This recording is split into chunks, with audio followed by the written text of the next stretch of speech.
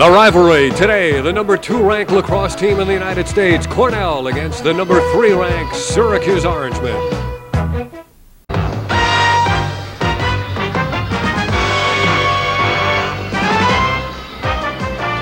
Just a couple of weeks ago, it was the Big Red against the Orangemen in the NCAA Basketball Championship. Today, a battle of the same colors and the same intensity. The sport is lacrosse. The Big Red of Cornell and the Syracuse Orangemen on Super Sports. Hi again, everybody. Dave Cohen along with Dale Drypolter here in the Carrier Dome.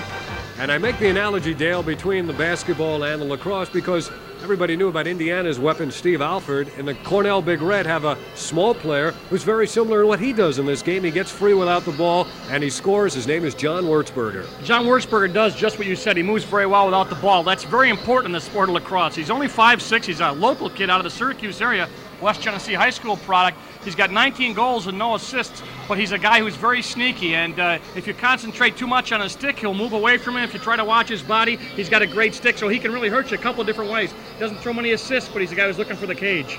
They call him a Smurf, and he's got another Smurf there with him, as well as a Stork. The other Smurf is Tim Goldstein, a transfer from Hofstra. Yeah, he transferred up to the Long Island School. He's got him at 5'10". I don't think he's quite that tall, but he's got 10 goals, but more importantly, he's got 26 assists, and he looks for Wurzburger a lot. So if these two connect today, Syracuse is going to have to watch them. 15 Goldstein and, of course, Wurzburger, because they're a very good combination. They work very well together. Wurzburger is 5'6", Goldstein a towering 5'8", and they've got 6'3" Steve Meyer teaming with them for Cornell. And they're among some of the players that Cornell has on offense, and they'll all be shooting at the Syracuse goalie, number 10, Matt Palin, making his first start at home in the Dome. Matt's kind of an interesting story. He was a freshman. They talked about redshirting him, and he decided he really didn't want a redshirt. He'd take his chances and get a chance to see him in action against, I believe it's Brown, down in the mud, knocked one back out. And that's one of the most difficult things for a young goalie to do, is be able to stay after that rebound. There he goes down to the left, ball in the mud again. He's going to get no such problems with the ball today here in the Dome, but he does a nice job of outletting the ball. And there he is, Matthew Palin, out of Jamesville DeWitt High School. And it's really tough for a freshman to play college lacrosse at this level, but in the goal it's even more impressive, Dave, and he's a fine athlete. That's right. He is an excellent athlete. Jim Gyrey, who had been the starter, a fifth-year senior, replaced in the nets. And they say Palin has a little bit of that daring that Tommy Nims used to have for Syracuse, and so you can't sit back and expect just the norm when you've got a freshman there to begin with and an outstanding athlete as well in Matt Palin. He should do some exciting things when he gets the ball and outside the goal. We should mention anytime you play Cornell, you're meeting the fiery Irishman Richie Moran. Always has some kind of trick up his sleeve. He's got an undefeated team, 6-0. They haven't won here in the Dome since 1982. Syracuse has won 4 straight games against them, but Cornell is the favorite in this game, and Syracuse likes being the underdog. Well, they haven't been. Last year's game was a rout, 22-7, and Cornell said they'd like to get that out of their mind. They'd like to replace it with this game, and there's Richie Moran right there. And as you said, he's always got something up his sleeve. He does a great job. He gets a lot of mileage out of his people, and I think that if this was going to be a big game for Cornell, this is it for their season so far. We'll be back to meet the starters in today's game, and we'll have the opening face-off right after this.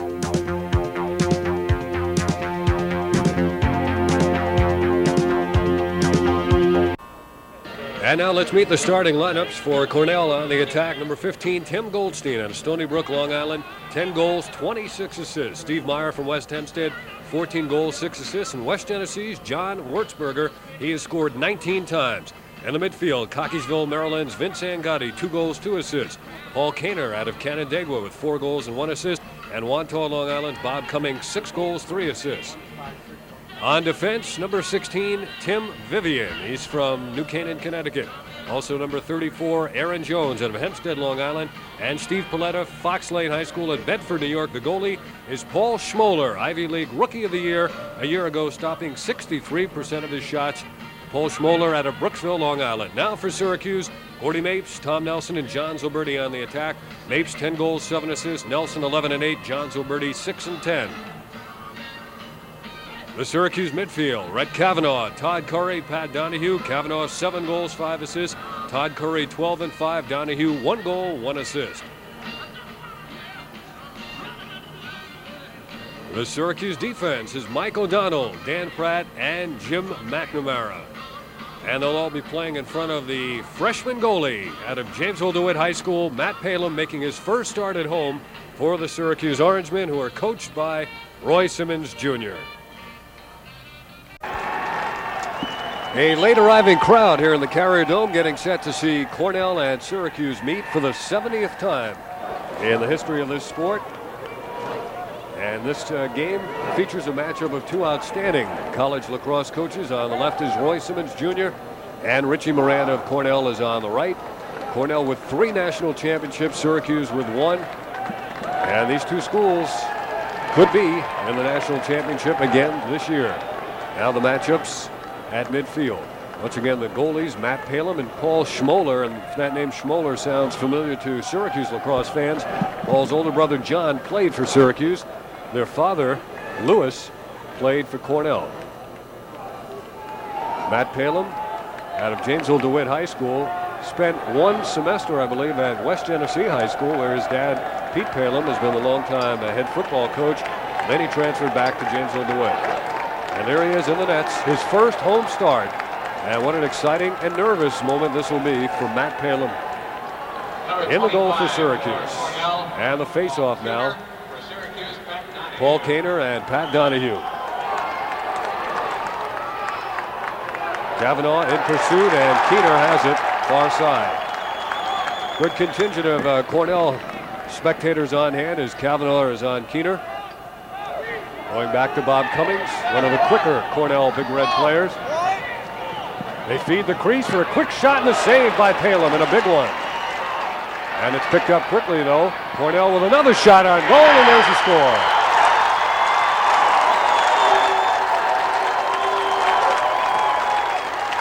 So the initial save made by Palem, but then it came back into the stick of Cornell. And the first goal of the game belongs to the Big Red after just 27 seconds. Well, Keener did score that goal. We're going to see, I believe, the first shot. This may be the goal. Yes, it is the goal. Beat him high. Had a pretty good screen on him from about 25 yards out. And that gives the Big Red a 1-0 lead. And, of course, they'd like to see that against a freshman goalie, Dave. Let's see if they can get him rattled early. Let's see what the call is on the face. It's Joe Lizio on the face-off that time. And Steve Meyer gets an assist on that first goal. A legal procedure gives it back to the Big Red. Opening minute of this game, and Cornell with 2 quick shots and 1 goal. They lead it 1-0. Richie Moran.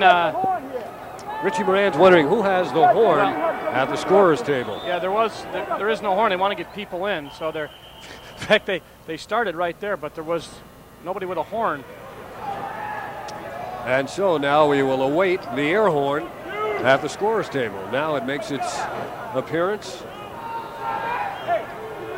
And we're set to resume. They're going to make sure that the man with the horn is in the correct position. There are 3 officials working this game, but no official working in the box. Cornell in control. Caliendro feeds the crease. Quick stick. There's the goal. And that time it's number 17, John Wurzburger, scoring his 20th goal of the year. He had 8 goals in the game earlier this year, the most by a Cornell player in nearly 2 decades. Wurzburger just pops out from behind. There is nobody on him. He's absolutely open. That wasn't Matt Palem's fault. They jumped late. Number 31, O'Donnell, jumped. But watch how open he is and how much time he gets to place the shot. And you can't give Wurzburger, the 5'6" spark plug out of West Genesee High School, that much room. Syracuse also not able to control the face-off. Kavanaugh on the far side, shoved from behind, and they will get it. The Orange have not crossed midfield yet, and in the first minute of the game, they're down 2-0. Lightning quick start by Cornell. They're also going to get this ball. I thought the initial call was for Syracuse possession, but they now signal that it is Cornell, and Syracuse will have to quickly get into position. Only 1:46 gone, and it's a 2-0 lead for Cornell. Outside they go to Cummings. This is Mike Cummings. Now Joe Lizio, number 14, looking for a man. He's got Caliendro, gets it on a return. Beautiful play. They feed the crease. A high shot is saved by Palem, and Cummings stepped into the crease after the shot. They ran a give and go. It worked pretty well, but by the time they got the ball to Cummings, after they ran that shot off, Cummings not able to take a good shot and got his foot in. Watch what happens. They're looking for the crease. There's the feed. There's the save, initial save by Palom, and then the ball down, and you see the foot in the crease. Excellent ball movement by the Big Red. That was a beautifully orchestrated play. Matt Palom now cranking it up. Syracuse is yet to cross midfield with the ball. They really haven't even had possession. Well, they haven't, and that's how important that face-off is. They had a pushing penalty in the last one, gave Cornell the possession, but right now Matt Palom's going to have a little pressure as he's going to have to clear the ball. And they're sending him right back, and he's shoved, and that will draw the attention of the official. That's 30 seconds. That was not a smart play by Steve Meyer, who was playing good defense, but the possession, the ball was right in the stick of Matt Palom. 30-second penalty on Cornell. Steve Meyer, number 27, pushing against Cornell. We get the PA announcer, Carl Eilenberg, makes the official announcement, but that not only gives Syracuse a free clear, but it's going to give a man-up situation for 30 seconds. But you wonder, Dale, if they're up already 2-0, why not try it and see if they can rattle Palom even more? Now Syracuse with a man up, working the ball counterclockwise.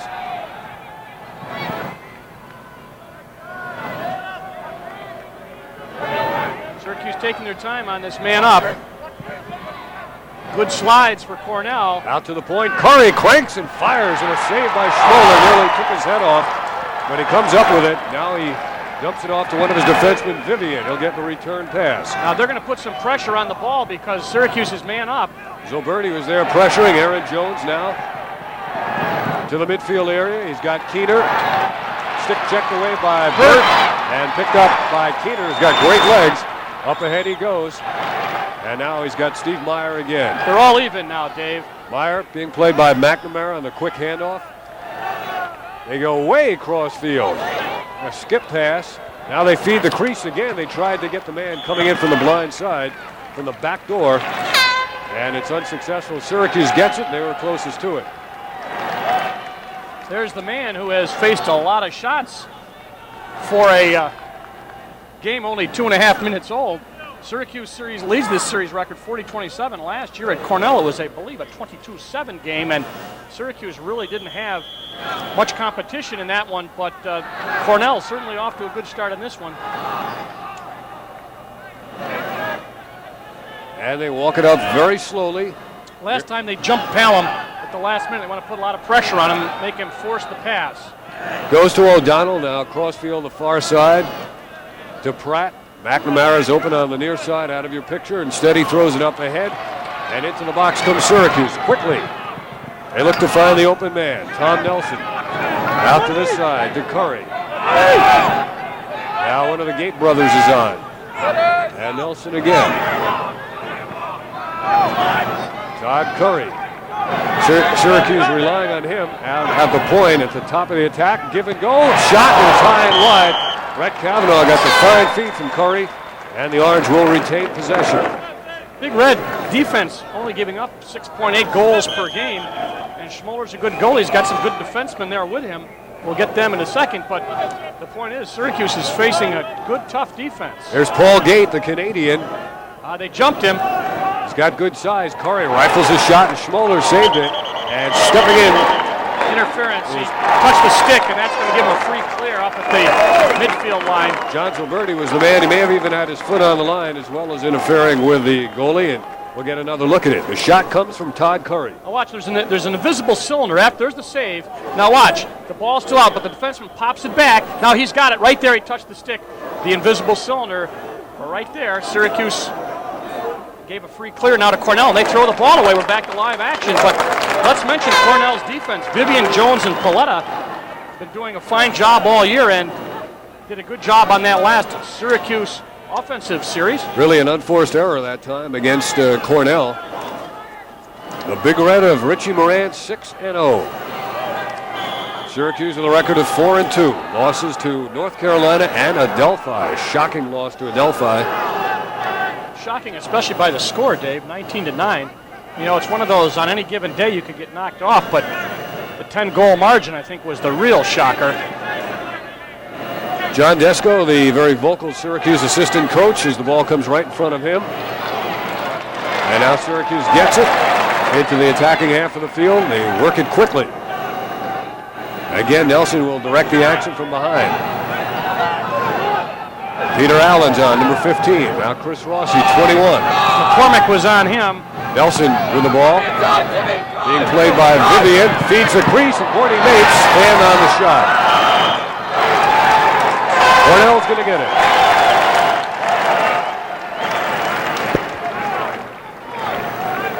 There's the quick look, looking for the crease. There's Mapes with the ball knocked out.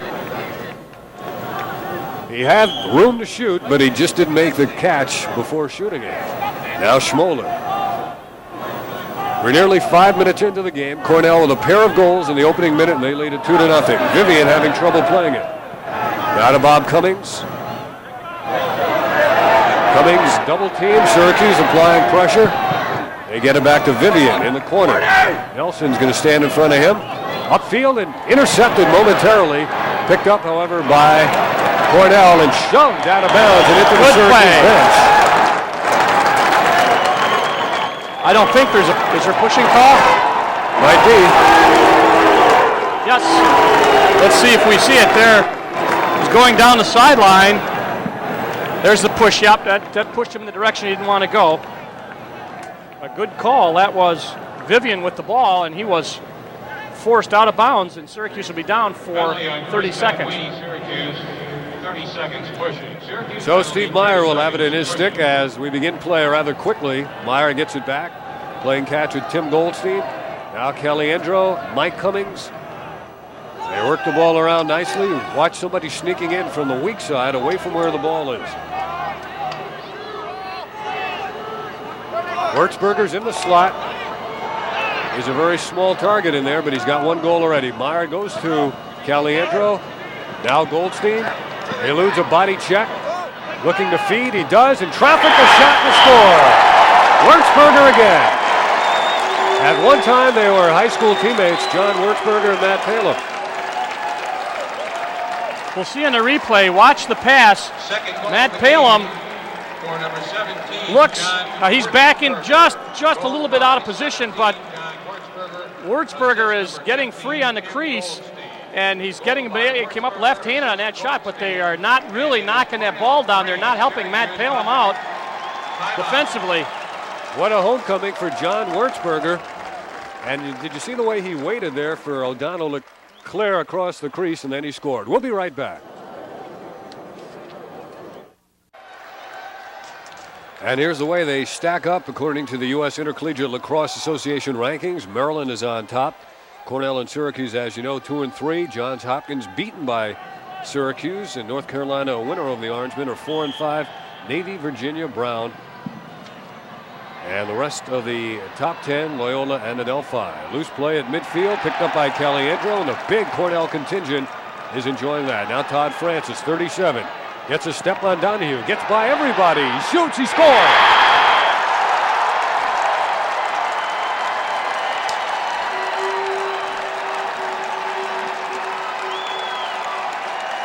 Great individual effort by Francis. Well, Syracuse had taken a timeout. They wanted to stop and talk a little bit to the defense, but both defensemen get beat. McNamara comes over, but it's not in time, and the left-handed shot by Todd Francis hops by Palem, and Syracuse unable to control the face-off on that particular occasion, cost him a goal. Donahue and Lizio had actually battled to a draw, but they came up and got the face in that fast break. Syracuse sent out a new face-off man, Bill Durgill, and he's facing off against Joe Lizio. Illegal procedure, and the Orangemen get it. Durgill's a 205-pounder. They used him early in the season. We saw when we did the games here, Dave, and then he was kind of relegated to also showing up at that face-off circle, but he's getting more duty today early with 9:08 left in the first quarter. And Syracuse is down 4-0 against Cornell. Gate outside. Not much offensive movement right now by Syracuse. Good man-to-man defense by Cornell. Courtney Mapes down to a knee. Being held in check, and he throws it away, intended for Tom Nelson. That was Paletta, 43, who did the job defensively for Cornell. and they forced that turnover, and Syracuse not taking any time off the clock when they're in the offensive end, and they're not getting much offensive production, not getting many shots. As a matter of fact, we've got Syracuse with 3 shots. Tim Vivian, defenseman, gets it way upfield, and very quickly Cornell into their offense. As Goldstein finds Cummings. This is Bob Cummings. Cornell looks like the quicker team out there. Vince Angotti is on for the first time, number 7 in the midfield. This is Goldstein being played by McNamara, and shaking free of him and feeding the slot for Angotti. Cornell picks up another ground ball. You know, it's not just enough for the defense to play good defense and not let them get a goal. They've got to be able to do some things like take the ball away and create some situations. And Coach Simmons has been quoted as saying he'd like to see more of that from his defense. More than just playing well positionally. That's right. You've got to be able to make things happen, especially when, now there's going to be a 1 minute as McNamara got Goldstein. Goldstein, as you said, he took McNamara behind a couple times. I think he's very, very quick, and the tendency is, Dave, to get your stick up a little bit and be a little bit ready to put the stick on and watch what happens when that stick. There it is, right there. It came up. An obvious penalty, and that's a difficult situation. Now, Matt Palem has had really only one situation where I think he had a pretty decent shot at stopping the ball. The other 3 have been situations where he has had 1 or 2 man-up goal situations. Mike Cummings. Let's see who Cornell runs through the middle. It's Caliendro cutting that way, number 22. There's a shot from Cummings up high, and he beats Palem. That's their second man-up goal.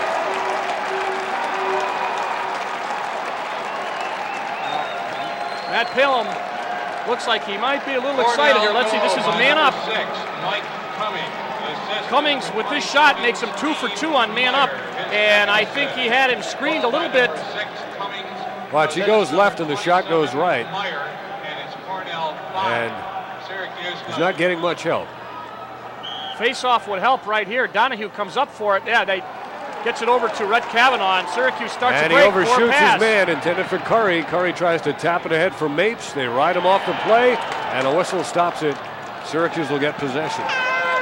Number 37, Todd Francis from Cornell, pushed away from the ball. That will give Syracuse, with no possession, they will get the ball, however, and number 11 for Syracuse, Zilberti, John Zilberti, who has been hampered by a blood clot that he had in his arm earlier and missed some practice, is not right in his midseason form yet, and that is not helping the Syracuse offense.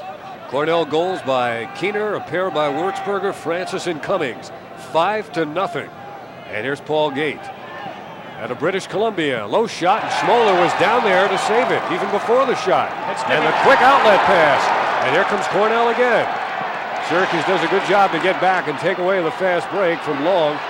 And now Dan Pratt has it, trying to outrace Long, but he's not going to be successful. Leaves it for Curry, who can't play it. Curry back into the fray, now he has it. And he goes to Gate, unsettled situation. It's 3-on-3, fake, and knocked away from behind. And a fine defensive play by Paletta. He and Aaron Jones are slapping fives while the ball goes out of bounds.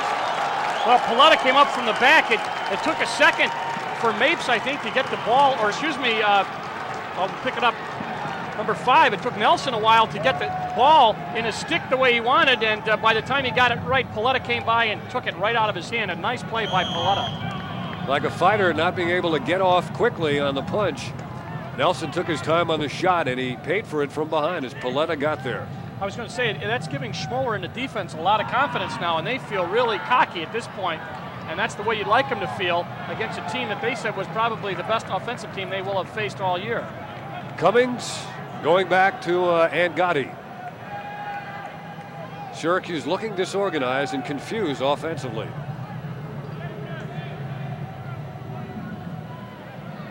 Behind the cage, it's Goldstein. Gets a great screen from Meyer. Just a tremendous screen. The bodies are flying. Meyer paid for it coming back, but Cornell still has it. Meyer, 6'3", as you said, sets an impressive screen. Looks like Indiana's basketball team out there with the way they screen. McNamara with the steal. That's what they wanted to see out of the defense. Now they got to do something with it. And he goes to Pratt, but Pratt's going to have trouble. Goldstein's all over him. And Cornell takes it away again. Number 15 from Cornell, playing both ends of the field, played defense against Pratt. Pratt never had a chance to really get control of the ball, went off of his stick, and Cornell once again is taking a lot of initiative and hustling all the time, and they are going to keep the ball in their goal area, Syracuse's goal area, and that is something that Syracuse would like to see changed. Again, it's Goldstein. Feeds the crease. Syracuse can't take the ball away. They still got to play good position now. Mulligan, number 11, moving well on McNamara, giving him every fake in the book. Now Goldstein draws Dan Pratt defensively. Caliandro warding. And Syracuse will get it back. Chris Burt on the play for the Orangemen. Man, that was an obvious one. He brought his hand up and pushed off. Syracuse playing more aggressively, but you know, before they were a little bit out of position. They'd play over aggressively and they'd be able to get the ball out and there'd be somebody open, but playing a little bit better body position now on Cornell, at least in that last series. But once again, they've had problems clearing and getting rid of the ball. Now they're going to put Matt Palem with the ball over in front of his cage. 5 minutes to go in this first quarter. Cornell leads it 5-0. And they're going to jump Palem right away, and they're going to get up to the wing defenseman. That's Pratt. Dan Pratt, far side. Now in the middle, Palem, and the near side, O'Donnell. If Cornell has an advantage, I think their defensemen are more mobile and active with the ball than the Syracuse defensemen. Well, they're doing a nice job here of riding Syracuse and looking for the forced error. They get the ball up to Pratt. He may be able to take it over if they're onside. And he does. Kavanaugh stays onside. Here comes Pratt for a shot. Saved by Schimoler again. He was down anticipating the low shot. And you notice how quickly transition game goes to Cornell, but they may slow it down to get some of their short stick middies on. They are going to do just that, but Syracuse on the transition just not able to come up with a quick burst of speed. Of course, Pratt was the defenseman out of position taking the shot, and Cornell just upped it and got back up the field, got their people on, settled it down. And now it's Goldstein. McNamara on him. Goldstein has it checked away by McNamara, but Goldstein in pursuit picks it up, feeds, and there's a save by Palem, an excellent save off the shot from in close. And now the Orange look to leg it up in a hurry. It is Todd Curry dropping bodies in his wake. Curry switching hands, faking, losing the ball, and getting it back. Keener is all over him, rides him out of bounds. Good hustle. He's pushed out of bounds. Good hustle by Keener, but that's going to be a push. Syracuse will be man up for 30 seconds, but that's the exuberance of Cornell. They are hustling and running from one end of the field to the other, and we'll see the ball's on the ground. Keener trying to get something. He does push right there. Good call. So now Syracuse really in need of a goal to get it going offensively. Down 5-0 with 3:38 to go in this first quarter. Dave Cohen and Dale Drypolcher with you on today's game as Syracuse sends on. Greg Burns on the attack. Number 14. So Syracuse second man up opportunity. Zilberti. Greg Burns. Now Curry. And which way are they going to go? Up to the top it goes to Curry. Over to Burns. He gets it into Burns. He tried to shoot before he caught it. And Cornell takes it away. Francis down the sideline. Boy, is he fast. It is a 4-on-3 if they hurry, and Syracuse gets back to take it away. Meyer in the slot. Number 27, Meyer spots the open man. Here's a one-on-one. Wertzberger giving it up to Goldstein. On a crease. And a behind-the-back shot. Beautiful goal by Steve Meyer, and it is now 6-0. Dave, I saw the jump. Matt Palem saw the jump. And very quickly, Richie Moran was on the field complaining. Roy Simmons went on. Here's the replay. Meyer got loose. He took a backhand shot into the goal. Something happened after that goal. Richie Moran was at midfield. And you can't do that. One of the Syracuse staff pushed Roy Simmons onto the field to tell him to complain about Moran being on. And then the official, Walt Munsey, dropped a flag. The young man there in the blue and white striped shirt got behind Simmons, told him to come on the field. Goal! 11 players! 1 minute penalty on Cornell. 1 minute penalty. He said, I think he's complaining there were too many men on the field and that the goal should be disallowed. If they haven't, if the complaint is taken before the next face, before the next whistle, Dave, they could take the goal away. Richie Moran ran on the field, maybe to try to get the extra man off. Yeah, I think that's what happened.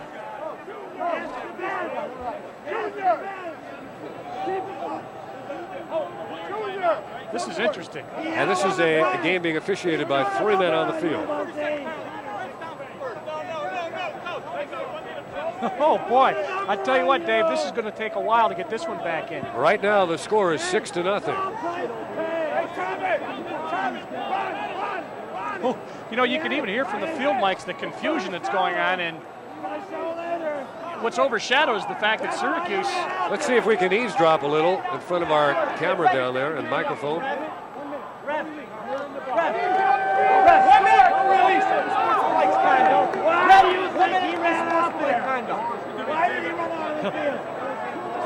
If that's what happened, well, Richie Moran got an unsportsmanlike for going on the field. There's really no way that the officials who did not see the extra man on the field could ever reverse it. Not now. If they saw it then and counted it, they could reverse it, but not now. It's too late. Roy Simmons is pleading his case, saying, why did he run on the field? Well, obviously it was to get that man off. But the officials never saw it. All they saw was Moran on the field. So the goal will stand, 11 men or not. And Syracuse has that kind of uphill struggle with 2:50 to go in this first quarter. Well, they've got it. They will now be up a man on a non-releasable, unsportsmanlike. So no matter what happens, they'll be up for a minute. But whether or not they can get this face-off and make something out of that 1 minute penalty, we will see. Well, It's Keener on the face, ball's down, Syracuse has it. Bill Durgel has it. To this point in the game, Syracuse has clearly been outplayed. Now we'll see if emotions can do something about the strategies and the play on the field. Todd Curry mishandling the pass. Greg Burns has it, and he gets it back. Burns, a freshman, also out of Janesville DeWitt High School.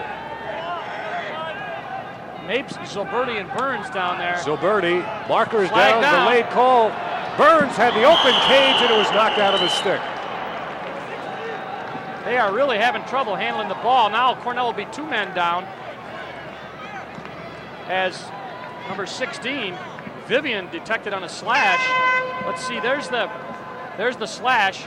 Let's see if we can let it go, guys. Let's see what happens on this ball. He just lost it. He did not get checked. I was just going to say, Syracuse does not look like they're handling the ball well, and that was a case in point, Dave. He didn't get checked. He just lost the handle on it. Back we go. Syracuse with a 2-man advantage now. They've got to score now. Well, it would shatter their confidence, I think, if they didn't score now. Now Cornell is... And Curry gives it up. Here's the shot. There's the save by Schimoler. And he's just going to cheap it. And he tosses it up in the air. Cornell could end up with it with a great shot opportunity. Meyer goes down. They nearly had the ball, 2 men down with a chance to score.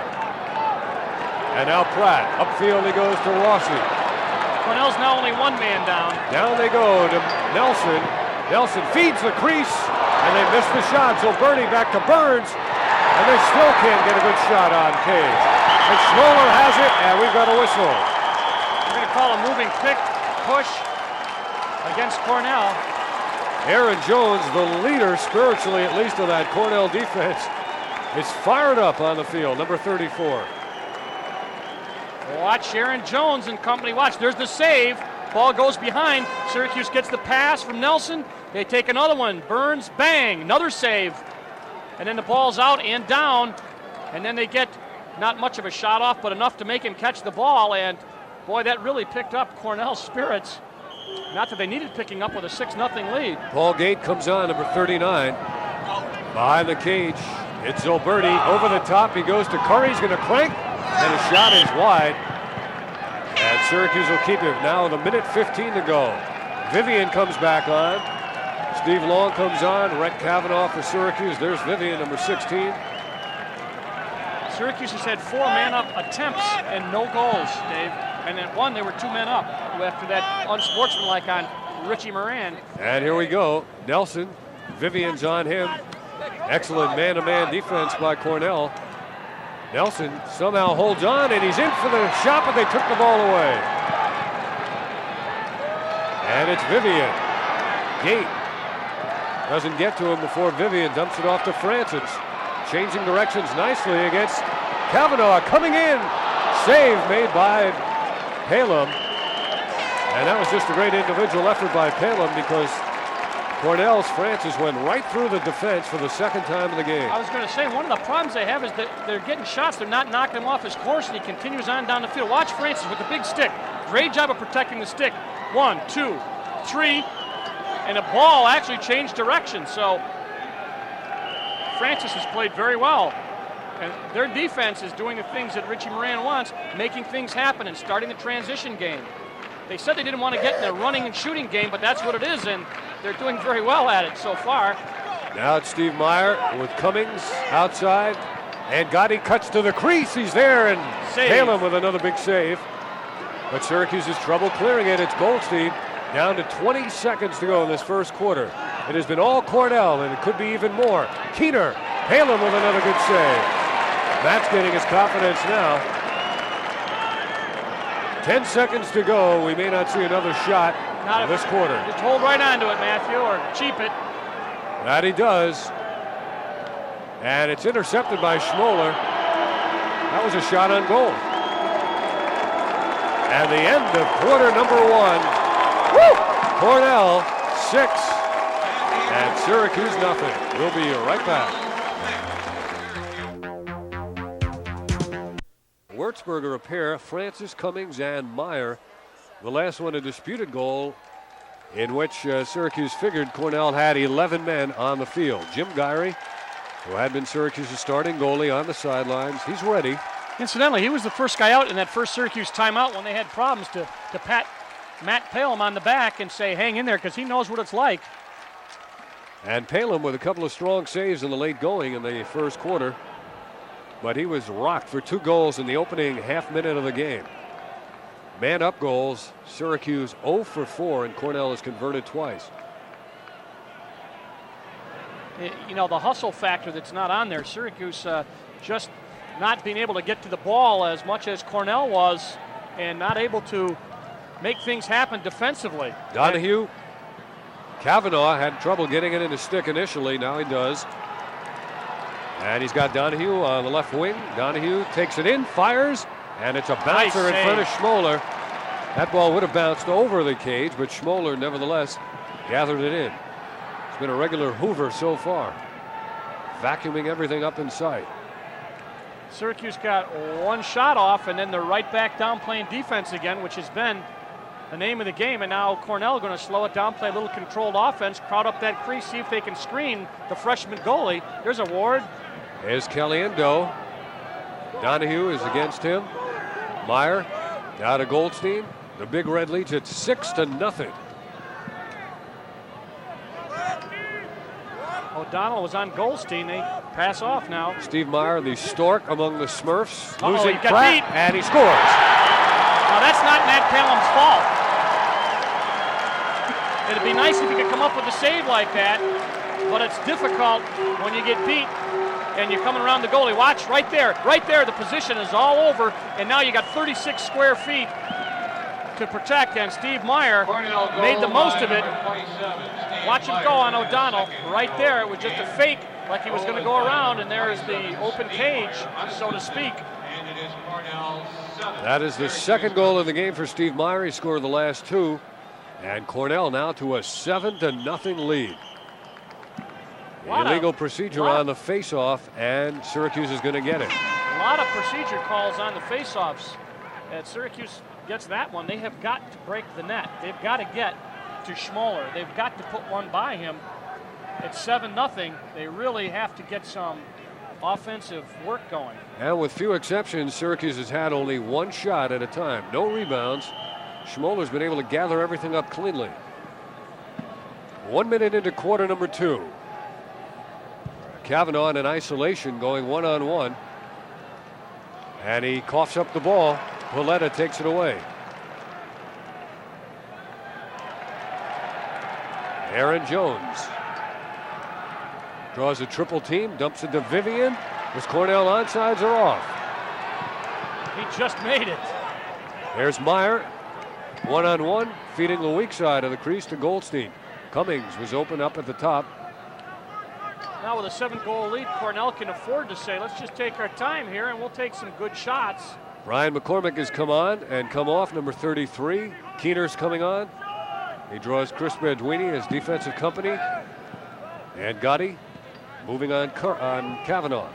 Give and go. And Gotti lost his man. He got the ball back, but he fanned on the shot. He completely lost Red Kavanaugh and had a golden opportunity. Now Curry on Angotti. Changing direction, but Angotti does a good job staying with him. And he lost the angle on the shot. Did Curry? Schimoler was there. And a Syracuse man steps in. So Cornell gets it back. I thought Angotti did a fine job of retreating and playing the fakes of Todd Curry. Well, they haven't done much wrong today. 12:52 left in the first half with a 7-0 lead. And Richie Moran's biggest game, obviously this season, I would have to say probably in the last couple of years, he has not made the playoffs in the last 4 years, and he's pointing to him this year undefeated and heading toward the Ivy League crown. When we get a chance, we'll show you a man on the Cornell bench manning a wireless headset. Cornell using an eye in the sky a la football, and you see baseball teams using it now. They have a coach upstairs. A big hit at midfield leaves a Cornell player, Lizio, on the ground. Another big hit. Syracuse dropping bodies, but not putting points on the scoreboard. Scaramazino, number 19, against Lizio. Boy, they are all over the ball. Lizio takes a shot. Lizio's been down twice in the last minute, and Syracuse can't pick up the ground ball. A frustrated McNamara swinging at Steve Meyer. Now, Meyer pushed him to begin with, so.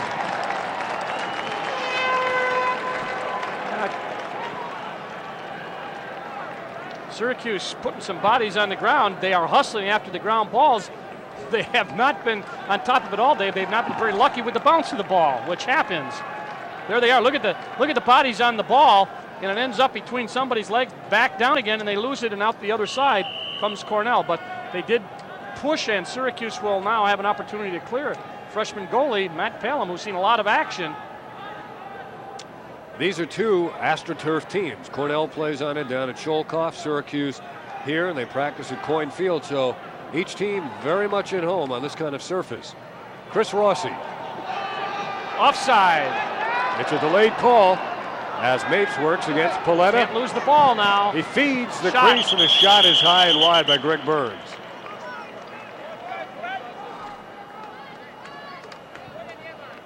And another man-up situation coming now for Syracuse. 11:34 to go in this half. This will be Syracuse's 5th man-up attempt. They have no goals yet. And at one point when they had them down 2 men, it must have been very frustrating. Schimoler made a nice save on one, and they have been playing tough defense, both even and man down. Still 7-0 Cornell.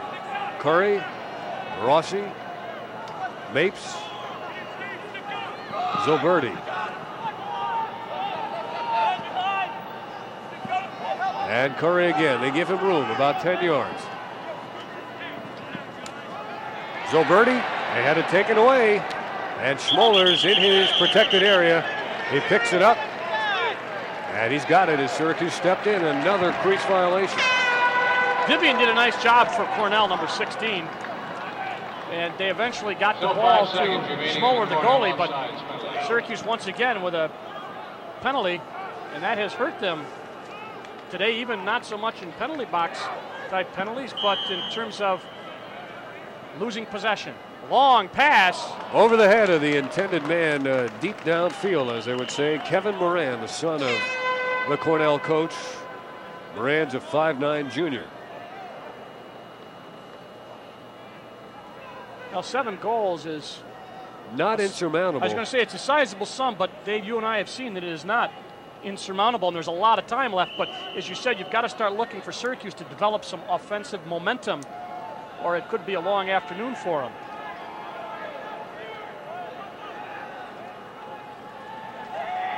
Matt Palom walking it up. Now Mike O'Donnell, and in midfield, Boy, they're it's really Chris using Rossi. that sideline. Got sandwiched with his teammate McNamara. O'Donnell has to give it up to Palin. They're going to take a run at him. Great ride. They are really putting the pressure on Syracuse. Now Pratt. They're really making Syracuse think. Now they're collapsing on that man over on the midfield line. And they do a good job there trying to take it away from Gate. Behind the cage he goes to Zilberti. Mapes comes back there to set a pick, but he can't. Zilberti has it knocked away. Burns can't pick it up, and it belongs to Schimoler.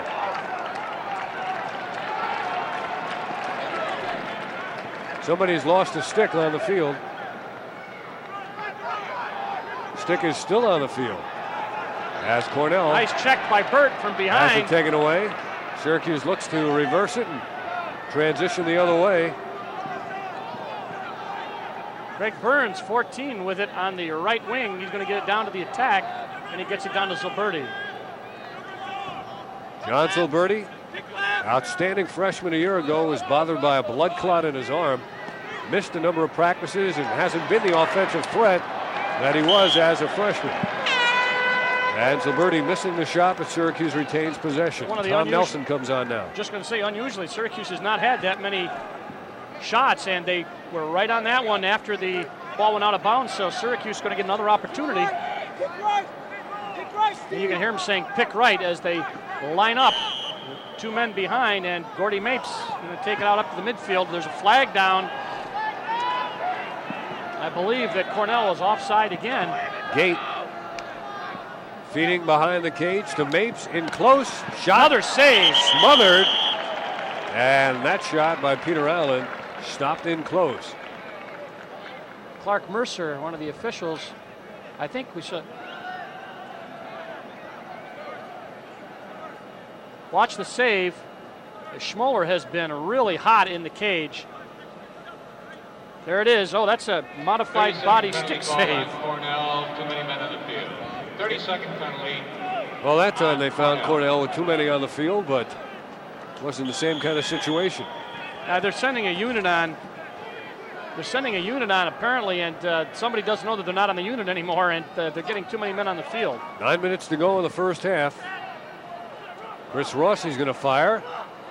Defense did a good job. Francis, and he's getting the accolade of his goalie teammate, Schimoler. Now Zilberti Oh, trying right to over the split head. the defense. He pays the price Yes! and he scores. Oh, what an effort there by John Zilberti. The ice has been broken. There will be no penalty. I believe it was a hold, but you're right. They finally broke through. They thought that there was some steel across that 36 square feet, and it was. It was Schimoler, but they got between his legs on this one. I think it goes down low, but they really mugged Zilberti. Watch Zilberti. I mean, they're all over him, and there he is, tied low. Yep, right between the legs. Well, Dale, it took 21 minutes and 8 seconds for Syracuse to score a goal in this game. And John Zilberti did it all by himself. Keener out there for Cornell on the face as we look at the replay of John Zilberti's goal. And now we'll see if there's any switch in momentum. There was a hold. Keener, number 25, has got a kind of an interesting style. What he does is he gets out and he holds you with the stick or the arm and then gets the ball out, but he was detected on that one. And Syracuse gets it back. Down now 7-1. This is how the faceoffs become important now. You know, in other games you have to kick off, give the ball back. Syracuse should get an opportunity to get it back and you get right in the game. Lacrosse is a sport in which you see goals scored in bunches. And Syracuse certainly hoping for that. They're down 7-1. Gate off the isolation, scores!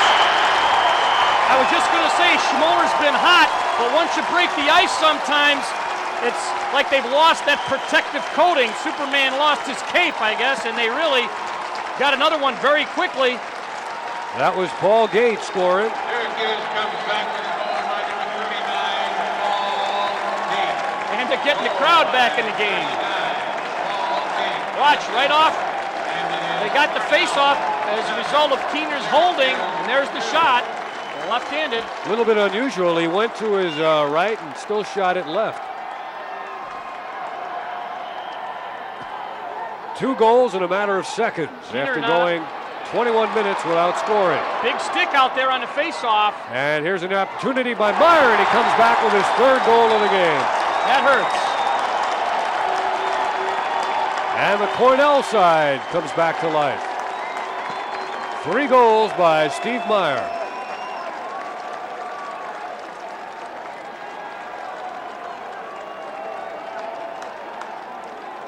Syracuse winning their share of faceoffs, but that was a crucial one. They would have liked to have had, at least not to give up a goal, but there was an unsettled situation.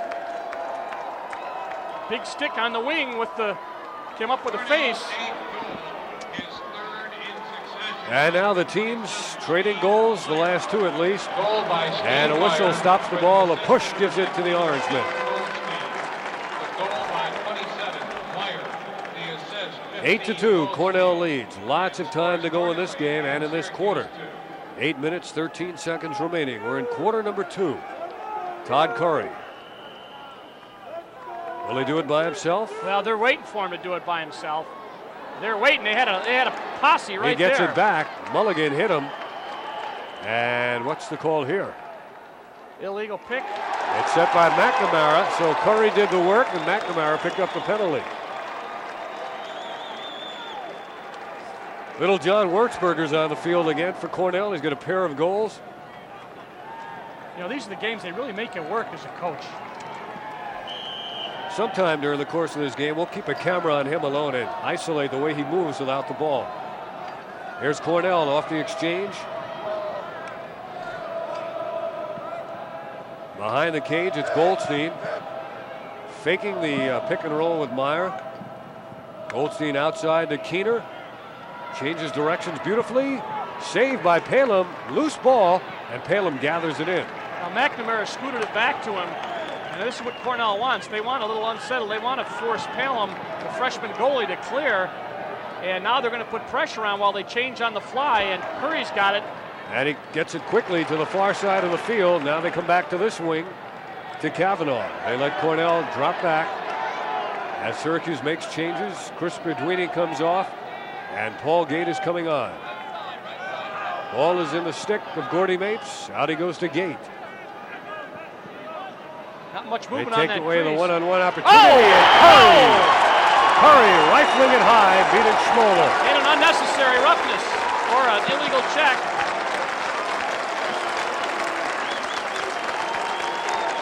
There is some speed on this piece of rubber. Whoa, hard to slow down on the instant replay, and you see the hit that Curry took afterward. And that's going to give Syracuse a man up. That was an aspirin tablet fired by Schimoler. Boy, that's hard.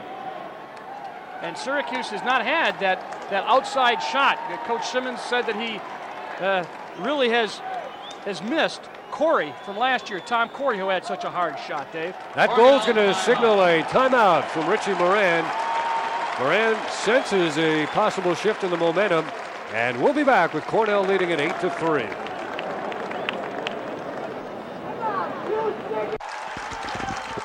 Back in the Carrier Dome, Dave Cohen, Dale Drypolcher, the crowd getting behind Syracuse. Cornell has a large contingent here as well. There's the Cornell assistant coach with his wireless walkie-talkie device. Nothing that you wouldn't find in your average football game, but a little bit unusual to see it in lacrosse. Obviously, Cornell with another coach higher up in the Carrier Dome watching the action. Keener once again in the faceoff. Donahue controls this one. And he looks to spot a man. He gets Curry. Who better than Todd Curry? He's going to slow it down and wait for his team to even out numbers-wise. And here comes Burns and Rossi. They had a defensive midi on there. They wanted to make sure they got their big sticks on, or their shorter sticks on. Syracuse with a man advantage. And they will be up as a result of that shot on Curry. Zilberti going up to Curry in the slot. Deflected. Nothing very intricate about Syracuse's strategy. They just go to Curry and let him rifle it. Well, that's one of the things that can work best when he's been hot on all your set plays. Tried from the outside, and he's a little frustrated, as are all the Orangemen. so far this afternoon. Curry and Zilberti have 2 of the 3 Syracuse goals. Curry's got it now. He cranks.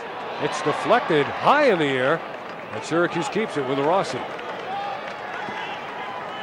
Now Zilberti again. Here comes Curry one more time. Saved by Schimoler. Up ahead on the quick outlet.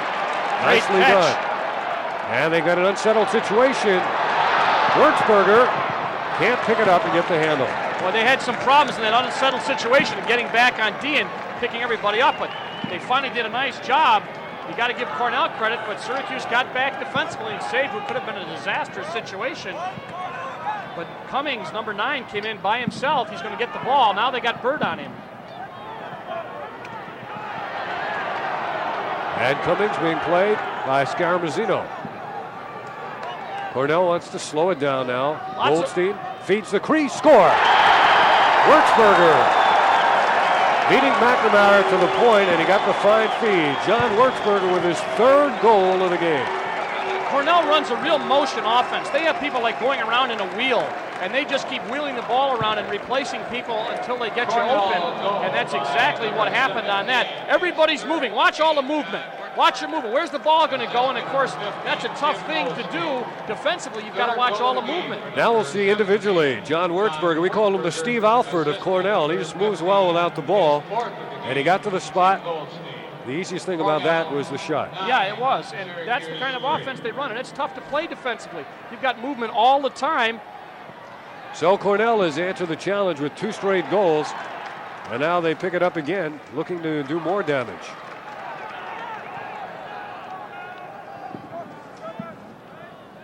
.506 in the half, and Cornell getting their people on. Evan Conway, number 45, is in the game. He's a senior out of Lansing High School in Lansing, New York, Ithaca High School. Look at all the movement. See all the movement? Look at him just wheeling from one end to the other, and boy, that's going to tire you out. Defense has really got their job. Goldstein, weak side feed to Wurzburger, and he didn't have an angle on that possible 4th goal. They had the intention, and they executed it well. He just ran out of real estate on the far side. Now Syracuse has got some new big stick middies coming in. They got to give guys some rest. That's a tough offense to cover, Richie Moran's motion offense. Goldstein being played by Pratt. McNamara's on Meyer. It's 9-3 Cornell. A year ago, Syracuse won 22-7. You know, and there's that same play again, intended this time for Mike Cummings. When you have so many people in motion, Dave, it's hard with a slowdown like a one-on-one. The defensive man gets a chance to check and knock the ball away. But when everybody's moving and the ball's moving so quickly, it's really difficult to make things happen defensively. Those last 2 plays Cornell has run almost like an alley-oop. They throw the ball from a long way to the far side of the cage, and then a man sneaks in at the last second to make the catch and attempt the 1-foot shot. Chris Rossi at midfield. They're going to converge on him, but he beats the Big Red. He's heading down toward the corner. Gordy Mapes vacates that area. Francis is on Rossi. Now it's Tom Nelson, played by Vivian. Under 4 minutes to go in this half. Syracuse is down by 6. Here's Peter Allen. Saved by Schimoler, standing right up in the spot. He didn't have to move at all. Hit him right in the stick. Syracuse going to play both ends now. They're going to hustle now defensively the attack, see if they can get a turnover. Zilberti providing the ride. Now Paletta looks at Mapes. Schimoler, one of the few times he's had to come out. Gives it up to Cummings. They send it back to Paletta. Good stick handling by Cornell. And they get it to Aaron Jones. They successfully bring it across. Cummings stays onside. Jones finds a man. It's Mulligan. Mulligan on McNamara. Now Goldstein takes the 1 bounce pass. As they widen out here with the cameras, you go left, guys, when you pan. Watch the movement of all the Cornell players. Watch it. Oh, great one-on-one move. And a score by Cummings.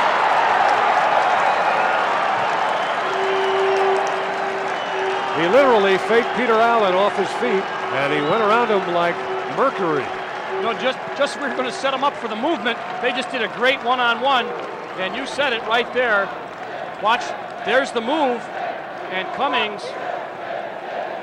Bob Cummings goes the one high hopper, and that's 10-3 with 2:57 left, and the face-offs become more important.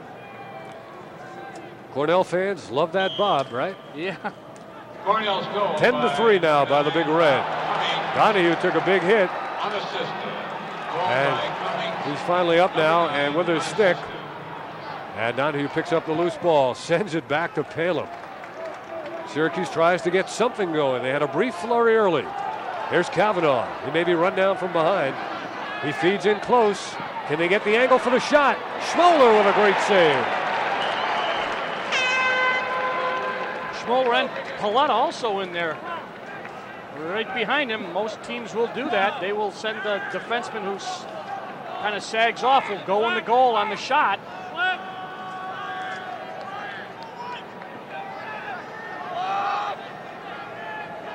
Jim Gyrey warming up along the sidelines. Here comes Zilberti, one-on-one. Tries to shake free of Vivian. He gives it up. And it goes beyond the grasp of Rhett Kavanaugh.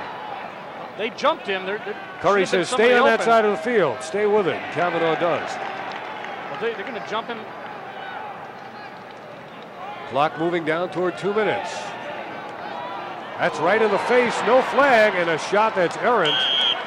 Curry took a stick right to the cage. We're going to call a little brush on that. Didn't slow him up, honey. 2 minutes. Oh. There's Zilberti. He tried to go low, and Aaron Jones knocked it away. Cornell has all the answers so far as Curry's pass is intercepted by Paletta. Vivian. Up ahead and into the middle. He's got Evan Conway. Fast break, big sticks. Conway gives it up just in time to Meyer. Goldstein faking. 360 move, and he backs it out. They're trying to get the big sticks off now. Evan Conway's off. And they get Hanlon back on. Timeout, Cornell. And with a minute 21, Cornell wants possession. Cornell will talk it over and try to figure out how to put one more goal on the board. And we will be back right after this.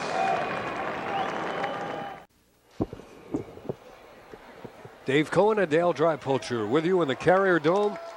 It has been a game that Cornell has dominated right from the start. They lead it 10-3. Every phase of the game has been dominated by Cornell. We can't use that word, overuse it in describing the play of Richie Moran's team. Jim Gyrey on the sidelines, warming up. He may be the man Syracuse goes to in the second half. Well, Matt Palem's got a lot of talent, but Gyrey's got a lot more experience, and we might see a change. It's nothing against many of the goals on Matt Palem have, of course, not been his fault. You'd like to see him come up with one of those spectaculars, and it really picks the defense up. But Syracuse has not played well offensively either. And Cornell looking to get one more. Bob Cummings can't handle it. Syracuse comes away with it. Chris Burt ahead to Chris Beduini. Cornell does such a good job of getting back and preventing Syracuse from getting it going. Now Gordy Mapes against Paletta. And Syracuse takes a timeout with 52 seconds to go. Syracuse time. They would like to set up a play and go in down by 6 at 10-4 and maybe carry some momentum over into that second half, where they are going to have to play a lot better than they did in the first half.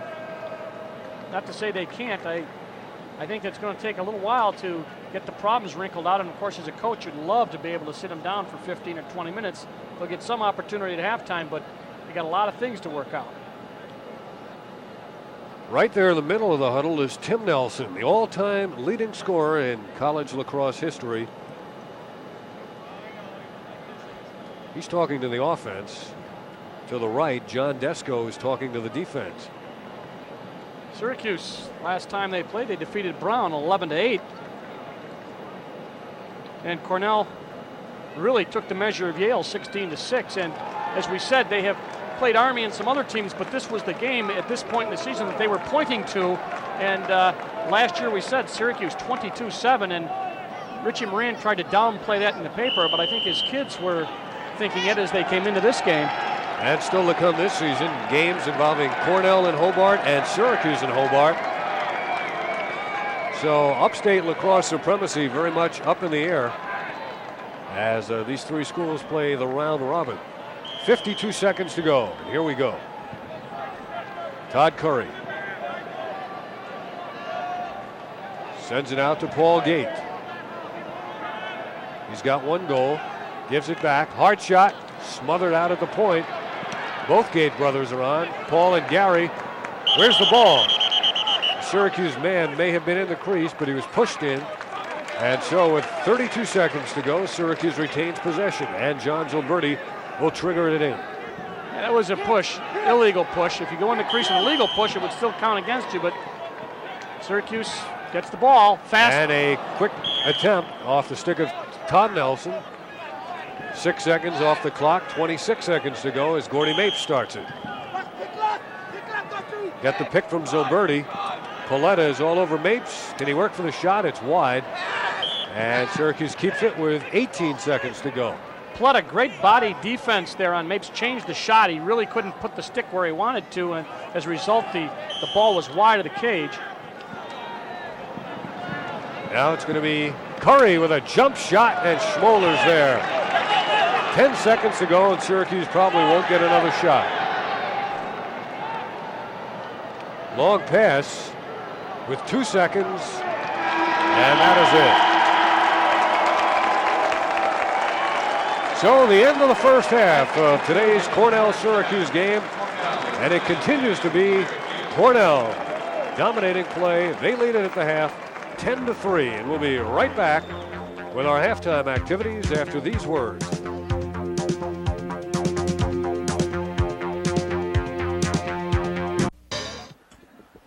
Cornell's Steve Meyer has continued his streak. He has scored in every one of the 7 games that the Big Red has played this year. He's got 3 goals in the first half. 3 goals also by John Wurzburger out of West Genesee, and 2 goals by Bob Cummings. And so Cornell at the half leads Syracuse by a score of 10-3. All 3 Syracuse goals in the second quarter.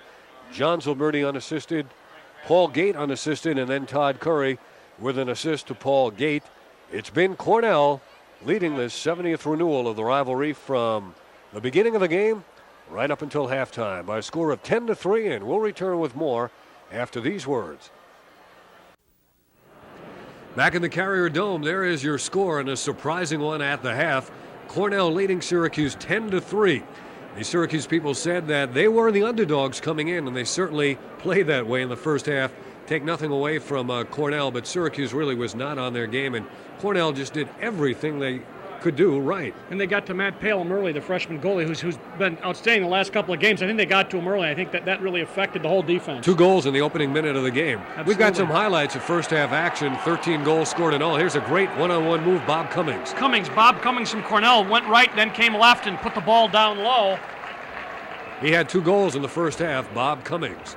One of his goals. Now we're going to see a Wurzburger goal that was assisted by Goldstein, the connection we talked about at the top of the show. And Wurzburger played well, had 3 goals in that first half, and that was one of his goals. As did Steve Meyer of Cornell, 3 goals. Nice move by Gilberti to get Syracuse back in it as he just no assist. Watch him, he gets mugged here, really gets hit, still gets the ball off, and makes a nice shot low, went between the legs. That was Syracuse's first goal, and it took them 21 minutes to get on the scoreboard. And then we're going to look at Gate, Paul Gate, as he took a left-handed shot and got by Schimoler. One of the few times they really got to Schimoler. He's played an outstanding game for Cornell in the goal. He went right and he shot left, and here is the statistical story of the first half. You know, it's really funny because it doesn't tell much, really. There aren't any statistics there that really show why the Cornell should be so much ahead. But, except for man-up goals, in which Syracuse had 6 opportunities and managed only 1 goal. That's true, but I think that Cornell really has really put the hustle on, playing very, very well. And that, of course, that one extra, that whether there was 11 men on the field or not, a little bit of a confusion there. Obviously 1 goal would make an effect, but some people may question that as maybe the turning point. Second half face-off right after this. And we're set now for the beginning of the second half. Syracuse and Cornell Syracuse has won 40 of the previous 69 games. Cornell with 29 wins.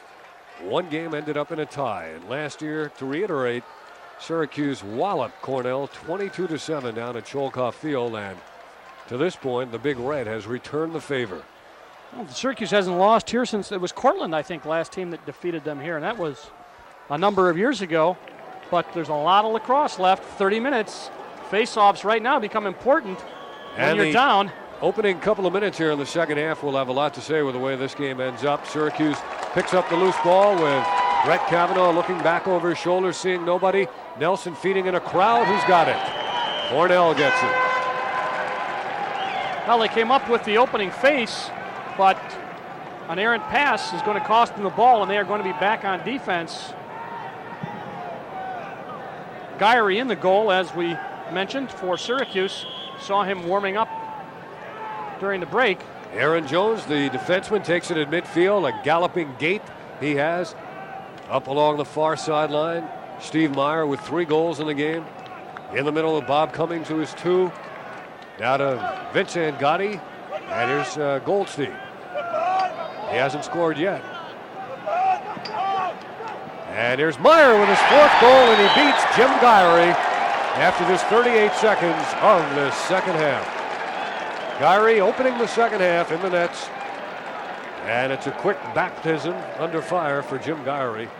And it's 11-3 Cornell.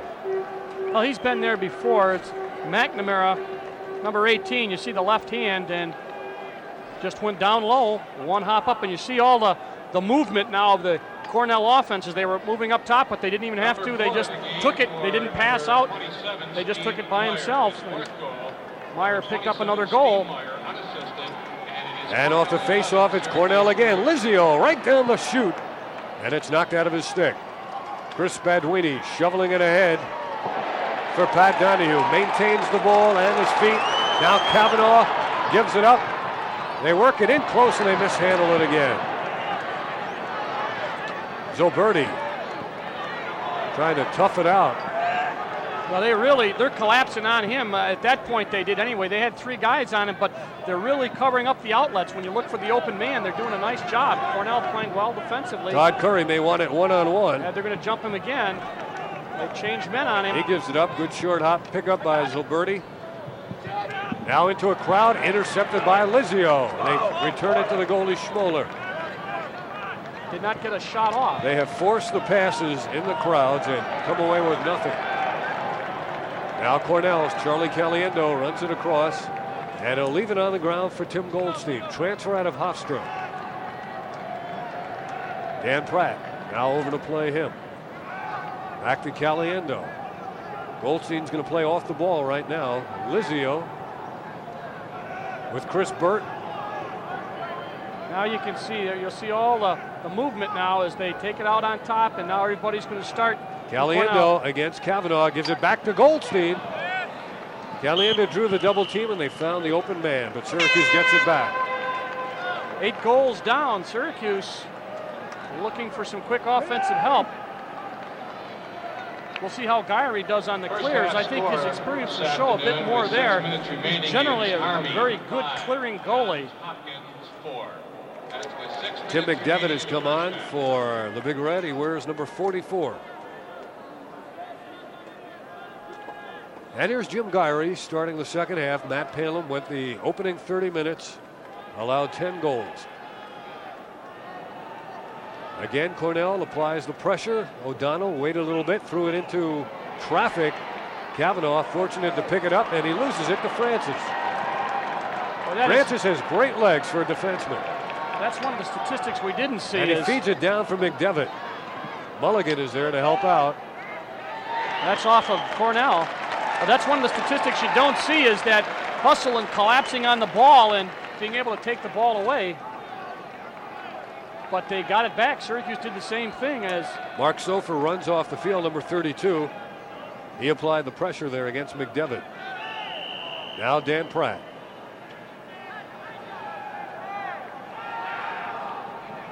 Gyrie doesn't wear the long pants when he plays. At least he hasn't today.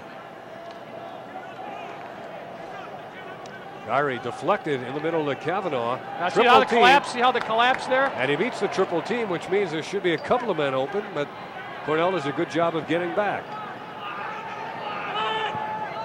And outside it goes to Gate, Paul Gate. They got wood on him from behind, or aluminum. And Nelson picks up the loose ball. Gets the pick from Mapes. Gives it up, hard shot. Oh. There's a great save by Schimoler. He has played as fine a game in the nets as I've seen anybody play here against Syracuse. You can't underestimate his ability and what he has added to this Cornell defense.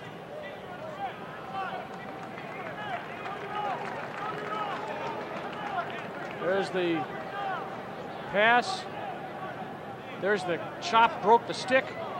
Todd Francis against Paul Gay. That was moments before the shot. And they called, I believe it was a push, and they're going to get the ball off, but with the stick off.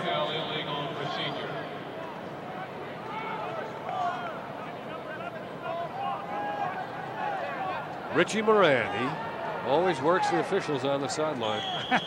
Yes, he does. Paul Gate, Curry, Rossi, now Mapes, and again it's Gate, now Curry. Syracuse 1 of 7 on the man up. Shot. They feed it in close, and Schimoler is there, rising to the occasion against Nelson.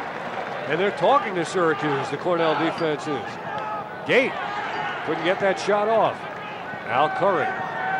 Curry, Gate, and Zilberti have the 3 Syracuse goals.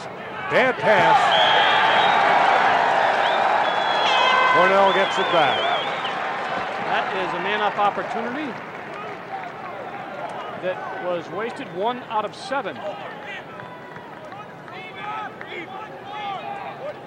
4 minutes into the second half, Cornell has scored the game's only goal in this second half. They lead it 11-3.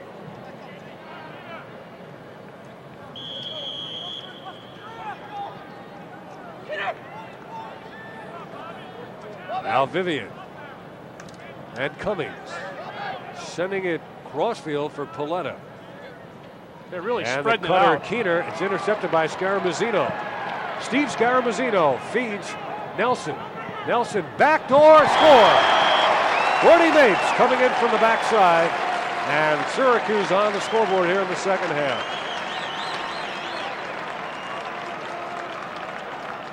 And you're right, they're doing some talking down there. Scaramuzino started it off, got it down to Nelson. Nelson gets it across cage, nice leap. And Gordy Mapes high in the air, puts it past Schimoler, 11-4.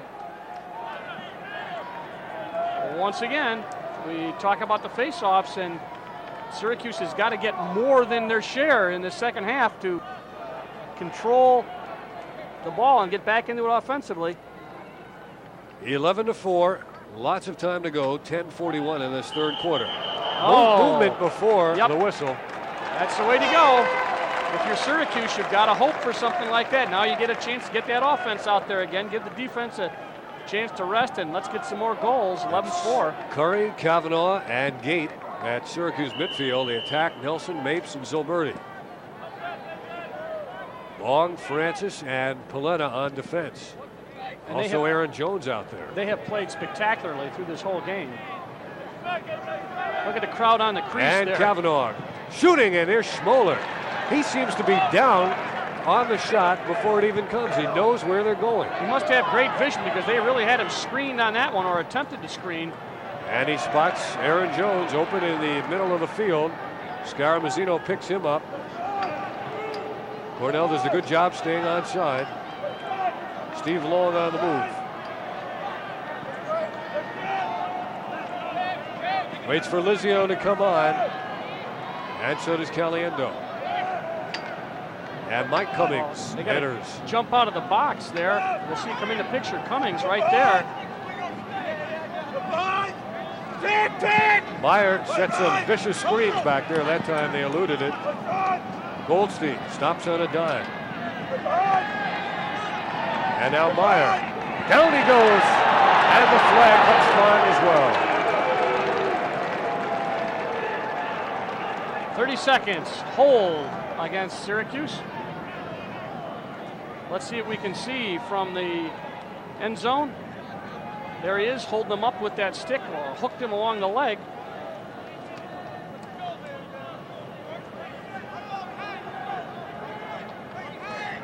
Syracuse penalty charge number 36, Dan Pratt, holding 30 seconds. 30-second penalty on Syracuse holding. So Cornell gets the man advantage. 9.5 minutes to go, third quarter, 11-4. Cornell led 6-0 at the quarter and 10-3 at the half. They're 2 out of 3 on man-ups. This is their 4th opportunity. Mike Cummings in close to brother Bob. Goldstein, Caliendo, and they try to sneak it to that man coming in from the back door. They've been very successful in completing that pass all game. That was off a Syracuse stick. The official on this side said that it touched a Syracuse stick.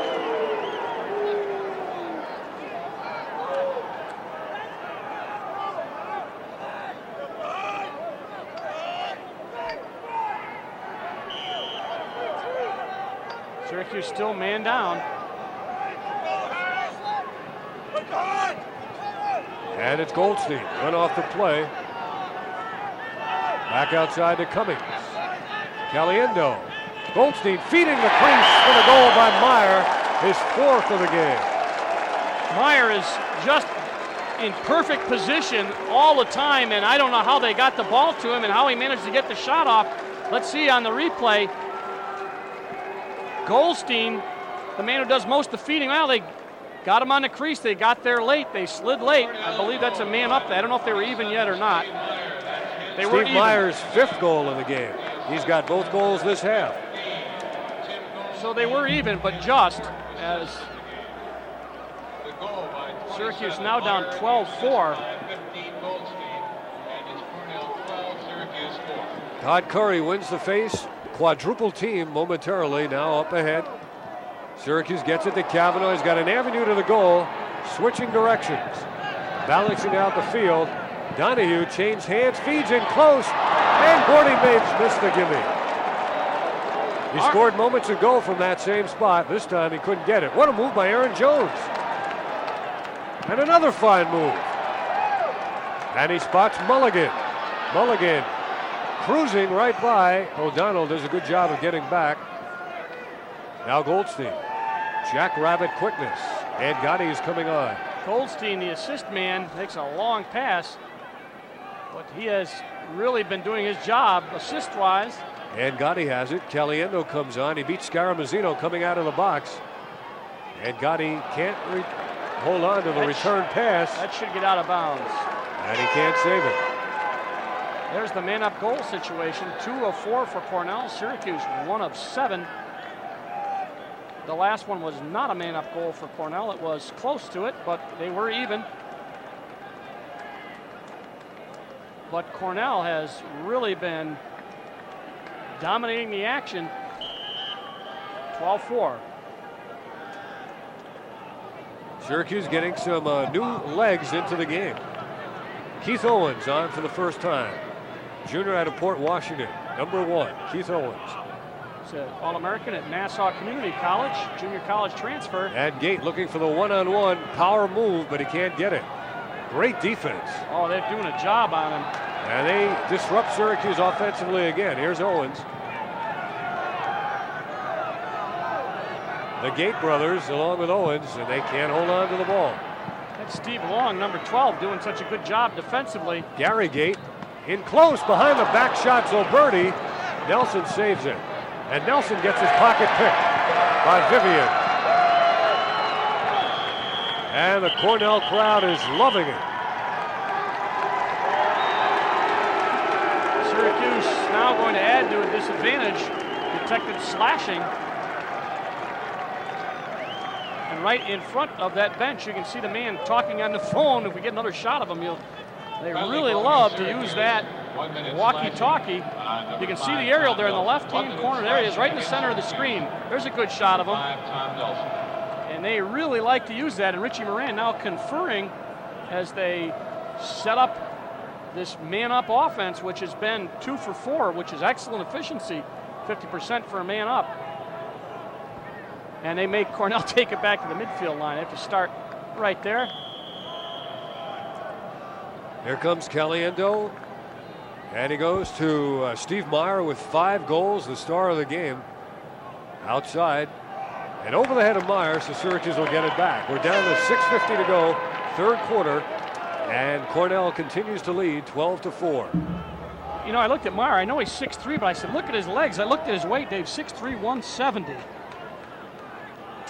He looks to be a little bigger, Dale. Perhaps it's the padding, but plays very, very strong. Steve Meyer.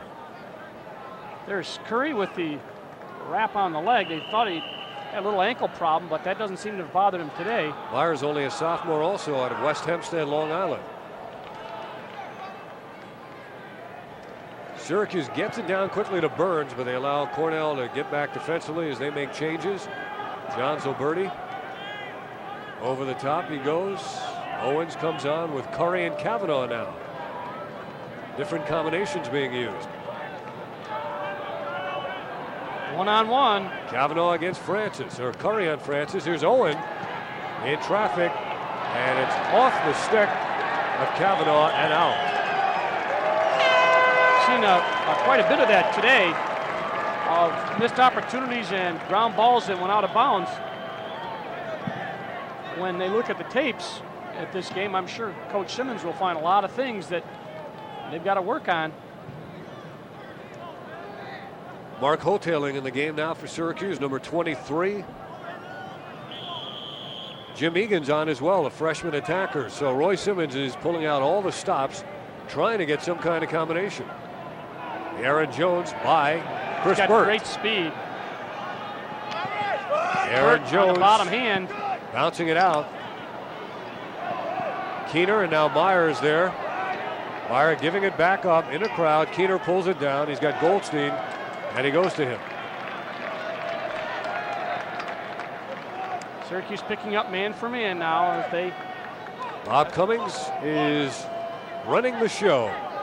And Gotti's on the left. He gives it to him. Up top, Keener loses the ball. And Badwini tries to beat him to the spot. Up for grabs, taken by the Orange. Intercepted by Cornell, regained by Syracuse. Now cross field they go, and they throw it away again. That's one of the things we talked about. That's a fast break situation that now turns into an opportunity for Cornell. 5 minutes, 19 seconds to play, third quarter. Paul Schimoler to Steve Paletta. Back they redirected to Schimoler. He's got Vivian to help out. In the middle, misplayed there by Caliendo, one of the few mistakes Cornell has made. And Syracuse comes away, unsettled situation.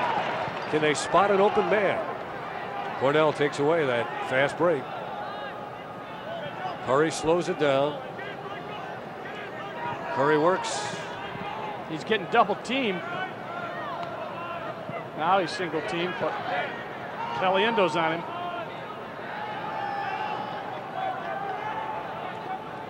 And he takes a bump, but he gets the shot away. But Schimoler played it perfectly again.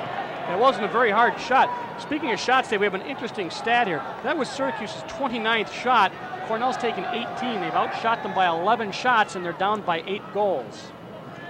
How many saves does Paul Schimoler have? Schimoler is hot. He's up to 20 now. That's fantastic, and he has been hot. So they're running into a combination of a lot of hustle. They're a little bit cold, and Schmoler's awful hot. 14, We got a penalty on Joe Lizio.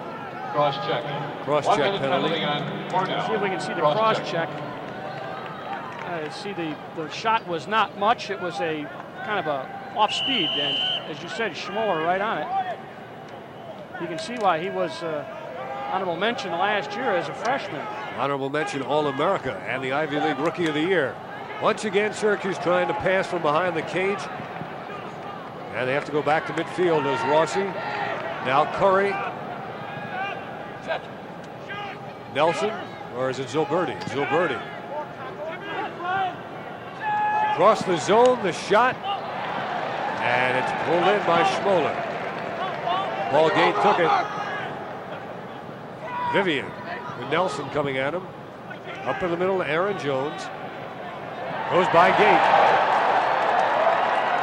got good speed, and he's got good stick skills. And he's got great moves.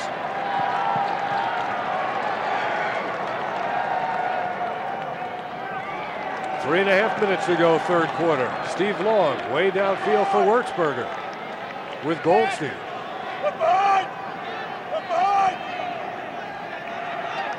Meyer loose. 27. Meyer's got 5 goals already. Now he's got it. Feeds the crease. Saved by Gyrie against Wurzburger. And an errant outlet pass. Scaramuzino can't get there. Cornell takes it back. That's been the story of the game. You're absolutely right. The little things that, when I say little things, if you're really playing well in all other phases, you can make up for it. But they have not been playing well in all phases, and that's one of those things that can nag you when you lose the ball out of bounds and give somebody else another opportunity. As we said, Cornell, 19 shots now, but 12 goals. That's quite a percentage. Goldstein doesn't get the pick by Angotti, but he gives it up. We're making Meyer. Now Angotti can't hold on to it. Scaramuzino seeing a lot more playing time in the second half. Curry comes out of the bench, and the pass intended for him is intercepted. Goldstein down to Wurzburger. Pipe! Rebound is in. Meyer has his 6th goal.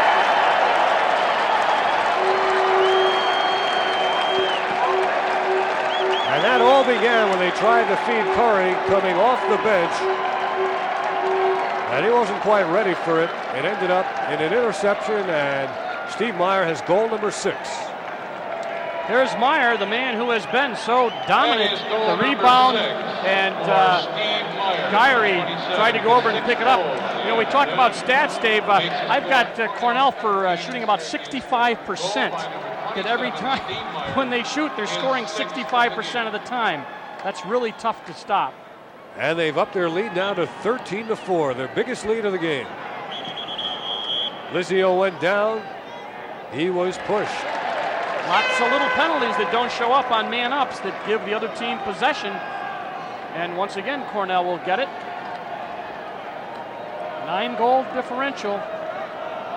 And as I said, Cornell scoring 65% of the time when they take a shot. Lizio and Caliendo exchanging with Mike Cummings. Back to Caliendo. They tie him up literally and take it away. Chris Burt giving it up. Saved by Schimoler. Greg Burns came in at point-blank range, and Schimoler was there. Another penalty without the ball. Going to give a turnover and give the ball to Cornell. What a job Paul Schimoler is doing. He is just doing something that Richie Moran probably knew he could do and hoped he could do it against Syracuse, and he went down in that one hopper, got his stick up, and we'll see there's the pick right there as they went after Schimoler. Cornell using Schimoler to help them get the ball upfield. Under 2 minutes to go, third quarter. In the middle, it's Angotti. Syracuse, no goals in the first quarter and only 1 here in the third. Cornell will keep it with Goldstein. Down he goes to Keener, and Cummings gets the ball from him, Bob Cummings. Outside he goes to Keener again. Mike Cummings is a freshman. Bob is a senior. They're out of Holy Trinity High School in Wantagh, Long Island. Keener dribbled it and almost had it taken away. Instead, he picks it up, puts a shot on the net. And there's Meyer for the save. Meyer's got 6 goals. Up top to Keener. He cranks, he shoots. Cornell keeps. Cornell has excellent team speed, including that man right there, Keener, and they have used it a lot today. Bill O'Hanlon comes on, a freshman from Canandaigua, and then he runs off before he sees any action. Cummings broke free, the net is empty, and he scores.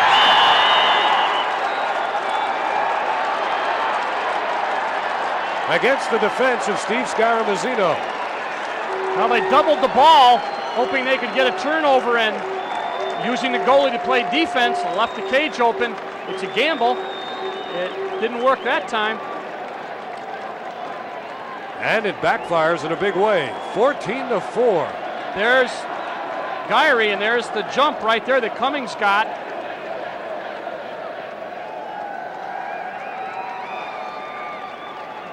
Cornell now has 12 men. Now they're getting them off. There we go. Little taunting after that goal by Bob Cummings. Yeah, Cummings is excited. Last year, don't forget, they got shellacked down at Cornell, 22-7.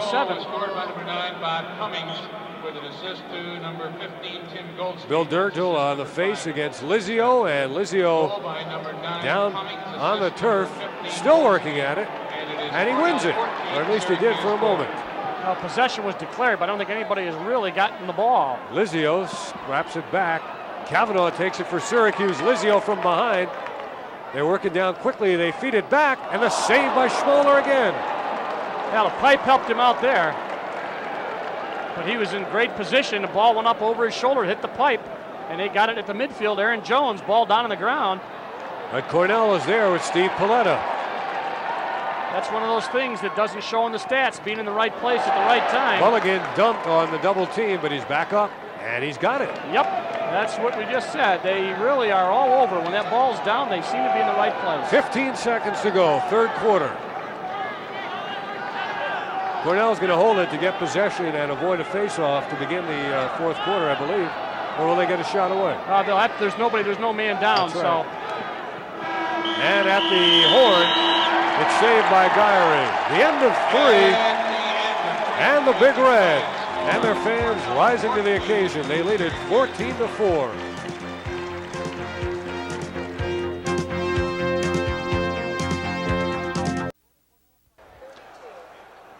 14-4 the score. Cornell up by 10 goals, and there will be a face-off. They change directions. Syracuse will be attacking to the right of the screen, and Dave Cohen, they have a big 11 goals to score if they want to win this game, and on the other hand, they have to hold Cornell scoreless.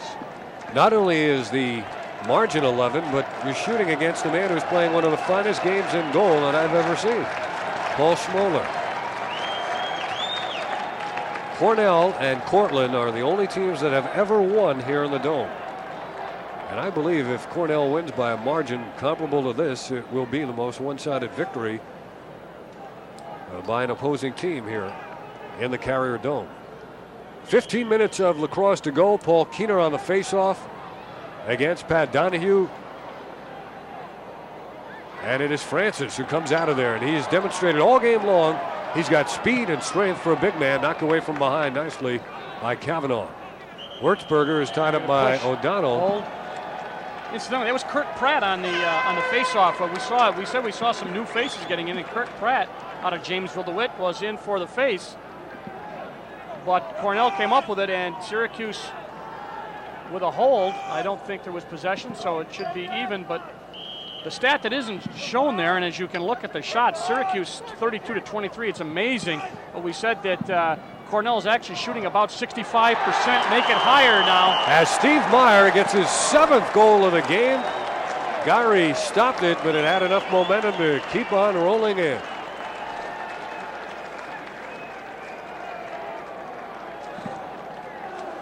There's the drive from the back of the cage, and Meyer, the 6'3", 170-pounder, puts in the 15th goal for Cornell. And Roy Simmons Jr. has to be wondering what he's got to do here. And of course, he's got to wonder what we're going to do the rest of the season here. What do we got to work on? And as I said, another thing that seems that Cornell always seems to be in the right place at the right time. It's one of those things. It's difficult. You can't coach it, but boy, they sure had used it today.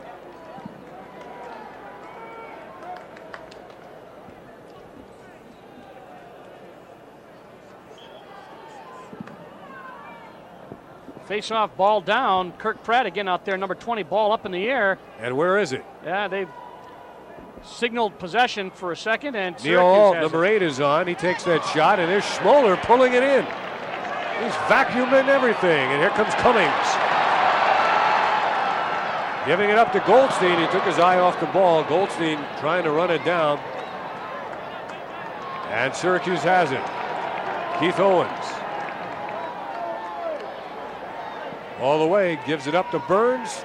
And a shot is wide off the stick there of Mark Hotaler. 7 goals and 2 assists in the game by Greg Meyer. Steve Meyer. Doing some quick arithmetic. Once again, Cornell, I said 65%. It actually comes out to 63%.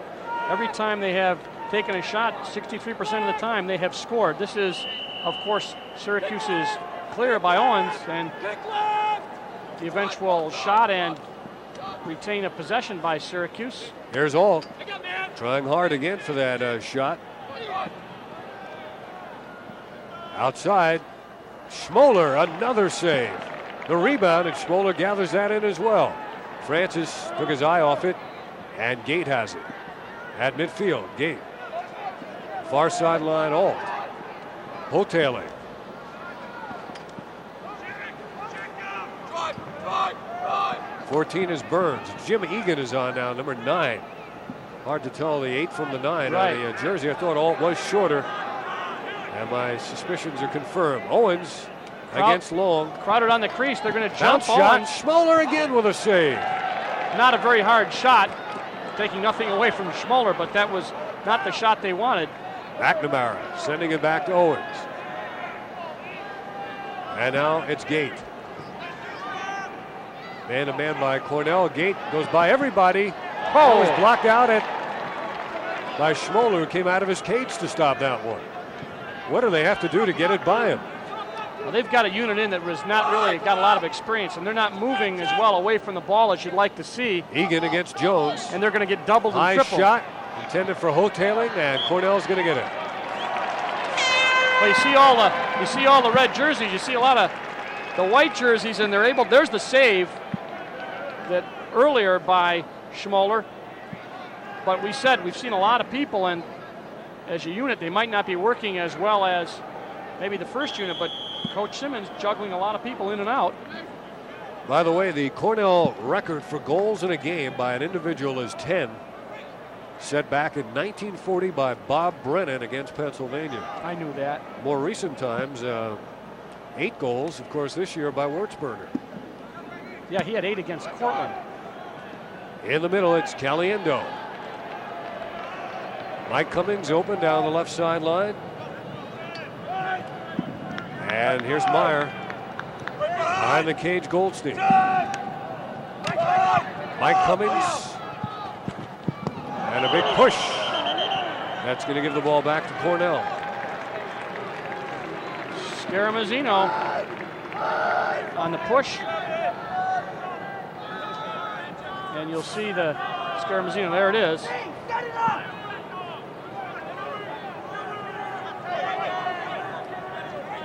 Paul Schimoler, by the way, holds the Cornell record for saves in a game.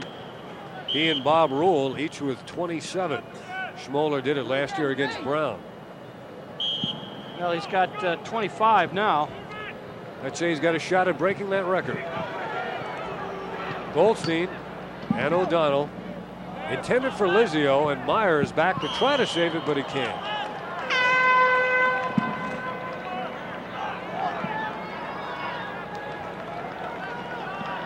Yes, we've got 25 saves now for Schimoler. Syracuse saves 10 saves. And 15 goals by Cornell.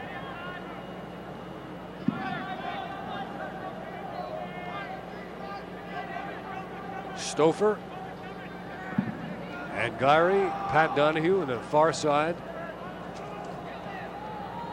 Mike O'Donnell and now Todd Curry changing directions on Evan Conway, number 45.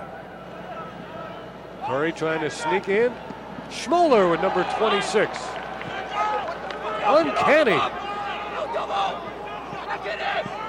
Hotaling back to Curry. Cranks. Schimoler again.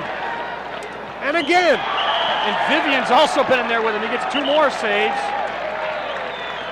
And on that exchange there, he may have just gone over the 27 mark and established a new Cornell record. Watch, he is really, this is tough when he is this hot. There's a stick save, which he deflects. You'll also see Vivian in there with him, 16. Watch the other one. Low, comes back out off his foot. And then they picked illegally, so you get a chance to work on that record.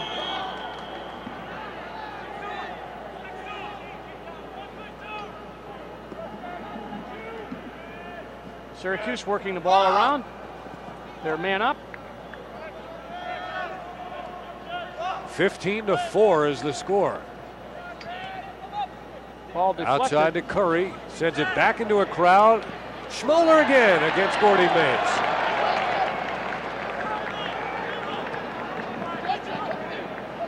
At halftime, I talked to Roy Simmons Sr., and he said, this lead is money in the bank with a goalie as hot as Schimoler. And now it's Francis. There's the speed I was talking about defensively. In close, behind the back attempt. That's the time to try those. By Mulligan. And Cornell is still going to keep it. Watch the speed of Francis. He really got upfield quickly. And there's the behind the back shot, and it off target. Not a bad opportunity there to try it because of his momentum. And here again is Schimoler. I think he got that with a stick, with the handle. And a score! Mike Cummings that time.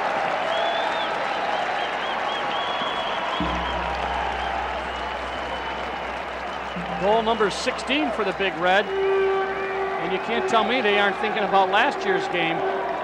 There's a looping pass, and all by himself. Number 8.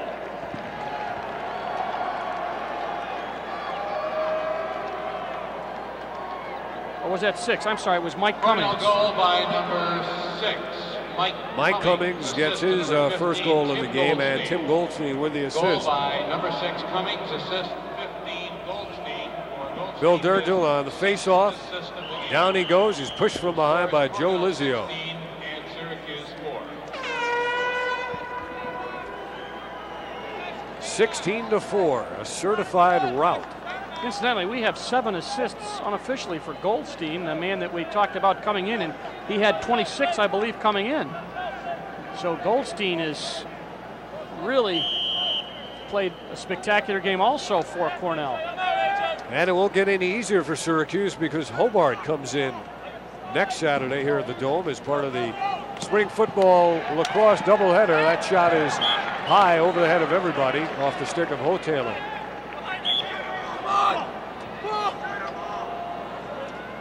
Unofficially or officially, the Cornell record for assists in the game is 8 by Jim Trentz back in 1974. And there's Schimoler saving one more.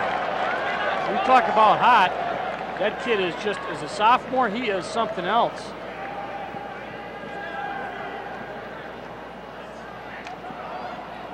And once again, Cornell in the right place at the right time. Well, they had an opportunity for a 4-on-2. As it is, they have a 3-on-2. And Jim Gyrey gets it out of harm's way. Ahead to Cavanaugh, has had trouble all game long catching the ball. Syracuse has had trouble in general controlling the ball today. Cavanaugh back outside. Greg Burns. Curry, he's going to crank it. Schimoler pulls it in. This is unbelievable. This is he is shattering the record that he held. Bob Cummings. They'll be talking about this game for a long time.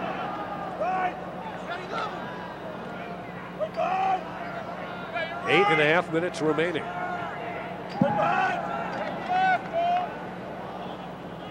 Cornell bunched up in front of the goal. Keener against Burns, and Cornell keeps it. Phil Schluter comes on, along with David Patain. The only starting defenseman I think that started in close is O'Donnell is still out there. Rob Persing is on.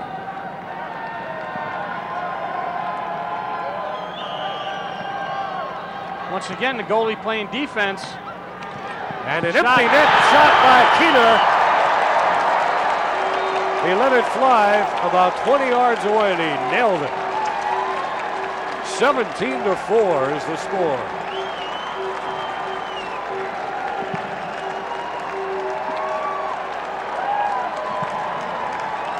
Gyrie was back playing defense. They doubled the ball, and there's the shot. Perfect, right in the middle of that 36 square feet, and Jim Gyrie just tried to get his stick on it, literally. Cornell on the road in their next game a week from today at Dartmouth. Then they have Hobart on the 22nd of April. You know, Kirk Pratt off the face-off, Rossi. One of the psychological problems Syracuse faces is they go into the really And Schimoler saves yet another. really important part of the season is that they've got to get a goalie here now. They've gone with Gyrie, then they've gone with the freshman, and now they replaced him with Gyrie again. And although, again, you can't blame the goalies, all right?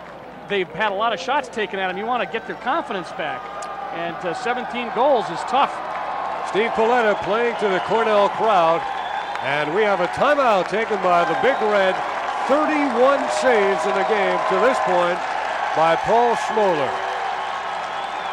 And we will be back after these words.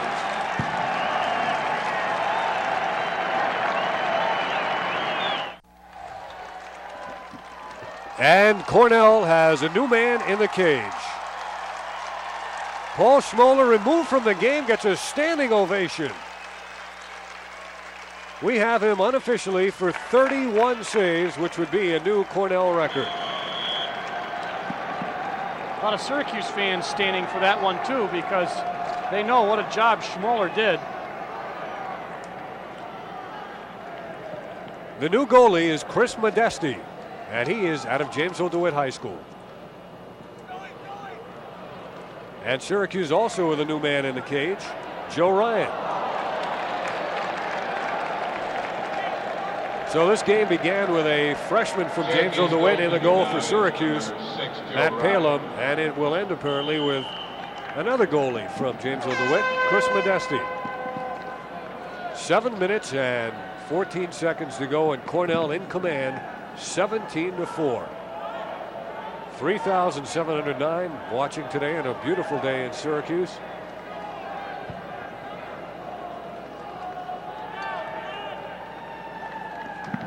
Well, Dale, we had an upset a couple of weeks ago in the Hobart, Ohio Wesleyan game. This one will not go down as an upset, but the final scoring margin really will be a surprise to fans of both schools. Well, as I said, I think they've got a lot to, as they get in the goal area and release the penalty. Aaron Jones and company still on. There's Gate going by a number of red shirts, feeding to the crease, and the shot is wide, but saved by Syracuse. Curry rifles it high and wide. We have now Schimoler for 31 saves, Dave. I think you mentioned, I don't know if we had him for 31, but that's what we've come up with as the final tally. Jim Egan working one-on-one against Vivian, feeding one of the Gates, and there's a save by Modesti. Tosses it up for grabs. McNamara on the sideline. It's out of bounds. Who got it last? I don't know if anybody touched it. Syracuse is going to get it. I don't think anybody touched it. One of the things Syracuse, as I mentioned, they want to elaborate a little bit on it. They want to find a goalie here that's going to take them the rest of the season. Again, they have got some defensive problems I think they want to work on, and some offensive problems perhaps, but well, you know, it depends. It's tough if you're a goalie. If you've got a real fragile ego and you get shelled sometimes, it's really tough, I think, to come back. And I know Matt's only a freshman, Gyrie a little more experienced, now Ryan, and I don't think they wanted anybody to get really shellacked, but both Curry Matt and draws Jim a Gyrie had delayed tough times flag with it. against Goldstein, who clipped him on the face mask. And Curry bounces it wide of the cage. Syracuse will get it. Actually, the call is offsides.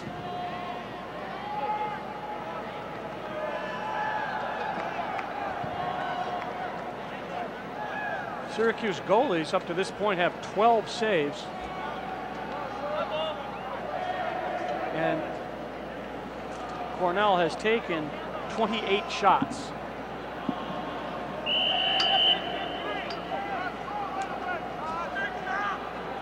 Rossi getting it back.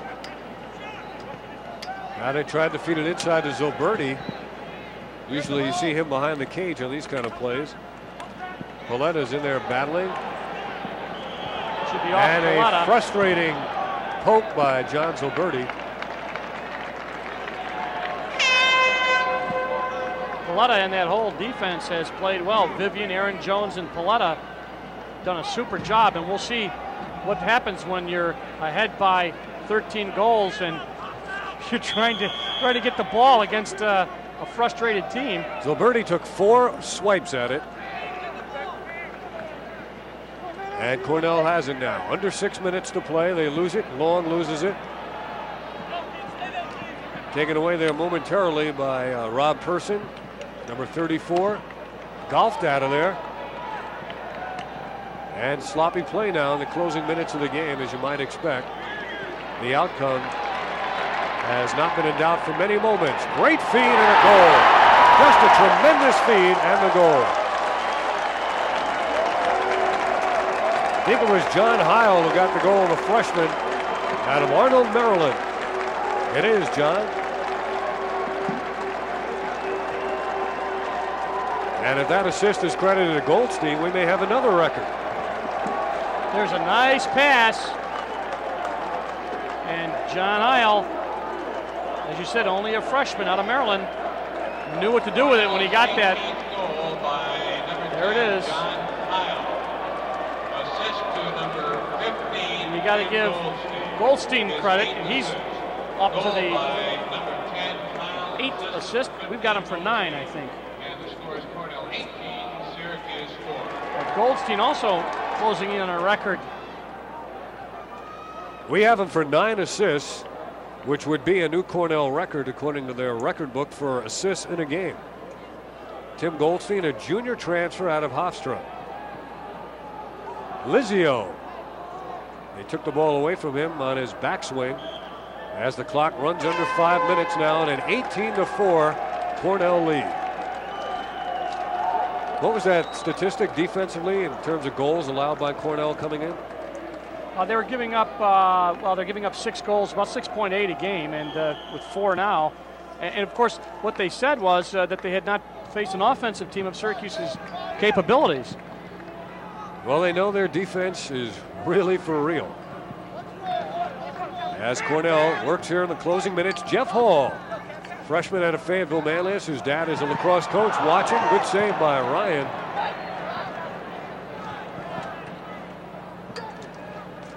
And a backward shot, and a goal by Jeff Hall as he golfed it in right off the turn.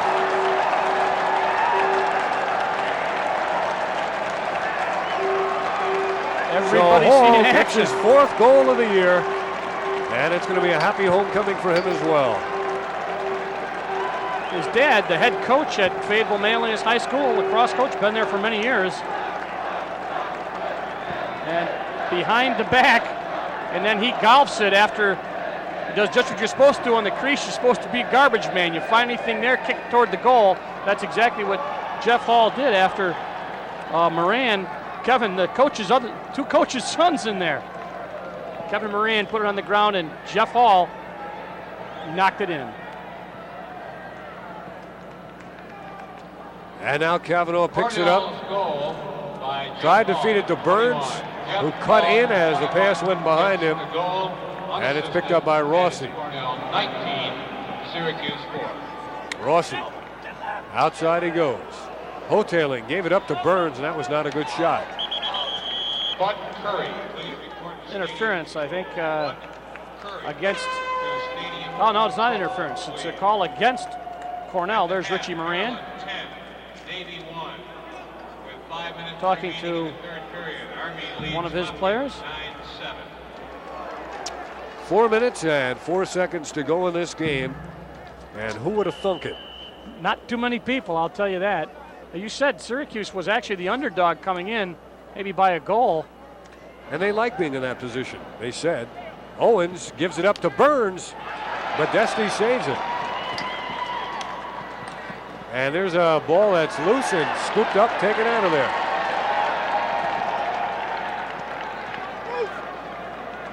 Bill O'Hanlon running around with it, number 26, Modesti.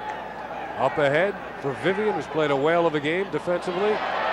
Tim Vivian out of New Canaan, Connecticut. Now 3.5 minutes to go. And all New Jerseys in the game. Paul Shea, Hauppauge, Long Island, number 31. You know, Modesti has looked good in the cage, and he's going to come out. He's had 3 or 4 saves. Another goalie coming on now, John Colucci from Yorktown High School. He's a senior, replacing Chris Modesti. Syracuse goaltender remains number 6, Joe Ryan. He replaced Jim Guyery. Jim Vivian got a big hug from Coach Richie Moran as he came off the field. Well, you can't say enough about Vivian and Paletta and Jones and the big stick middies. Paul Gate is double teamed and dropped near midfield. Picked up there by Cornell. They get it ahead quickly. Heil, who got a goal earlier. And there's a 2-on-1 in close and a big save by Ryan. Joe Ryan, small in stature, but playing well here in this game. 37, Todd Francis. We said one of the big stick minis also play well. Steve Long. Ryan's been kind of a forgotten man, but he may have to figure in the picture. 2 minutes and 40 seconds remaining. Kavanaugh saved by Colucci. You know, Dale, it's amazing. Syracuse had no goals in the first quarter. They had 3 in the second, and then you'd figure they've got to break out. They've had 1 goal in this entire second half. Steve Paletta comes off.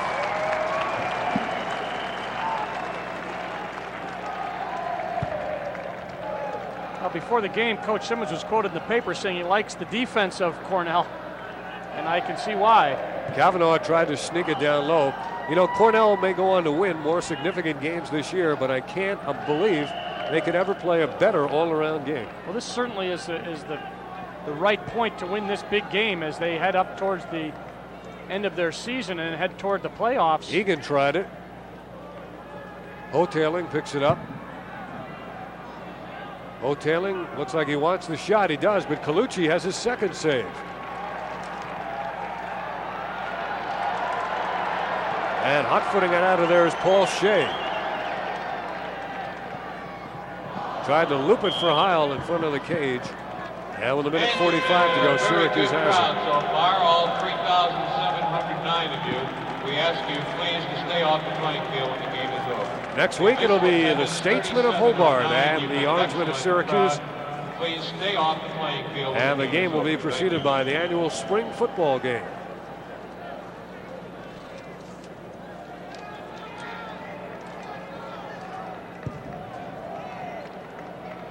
In the closing stages of this one. Picked up by Peter Allen. 1 goal in the second half by Syracuse. Owen with a minute 20 seconds remaining. Going right. Going into traffic, shooting and scoring. So Keith Owens gets the goal. And that is his first of the season. We'll see it avoids 3 people, and there's the offside shot. Actually, not the offside, but to the wide side. That's his first college goal for Syracuse, but not really a time for rejoicing. Schimoler looking on. Syracuse goal by Keith Owens, number 1. Goal by Owens, number 1. Gate picks it up. It's 19-5 with a minute to go. Syracuse 5. And Colucci with a violation going in and out and back into the crease. Case of his momentum carrying him that way. 19-5 is the score. Cornell ranked number 2 coming into this game. Maryland number 1. And of course, Cornell just in the right spot, they feel. And look for Syracuse to take a precipitous fall in the ratings, losing by this big a margin at home. Empty net, and the goal is in. As the goalie Colucci came out of there, who got it? Either Egan or Gate. We'll get it for you in a second. Syracuse lost earlier this year to Adelphi, 19-9. And once again, they have given up 19 goals. But if there's one thing true about college lacrosse this year, there seems to be more parity and more of a chance for anybody to knock anybody else off in a given game. And Maryland didn't come from nowhere. People knew that they had some decent people, but maybe a little bit of a surprise. Keener with a win on the Save. face and Ryan with a save. And little Joe does a good job.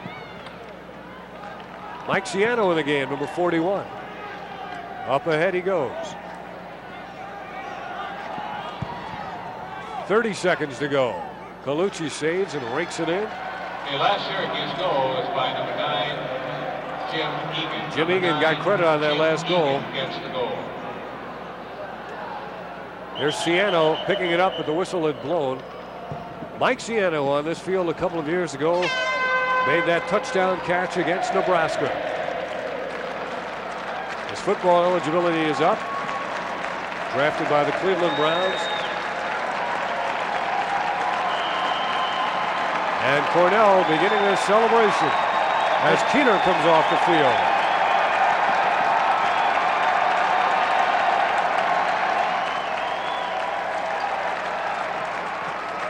"10 seconds to go, and no doubt about it, one of the great victories in Cornell history as Richie Moran gets the Gatorade bucket on the sideline.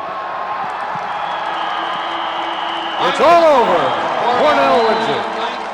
Syracuse 6. Again, fans, we ask you to please stay off the field. Final score, Syracuse 6, Cornell 19. 19-6 is the final score for Cornell, a payback for last year's 22-7 defeat in Ithaca. We'll be back to talk with the outstanding goalie, Paul Schimoler, and others after this.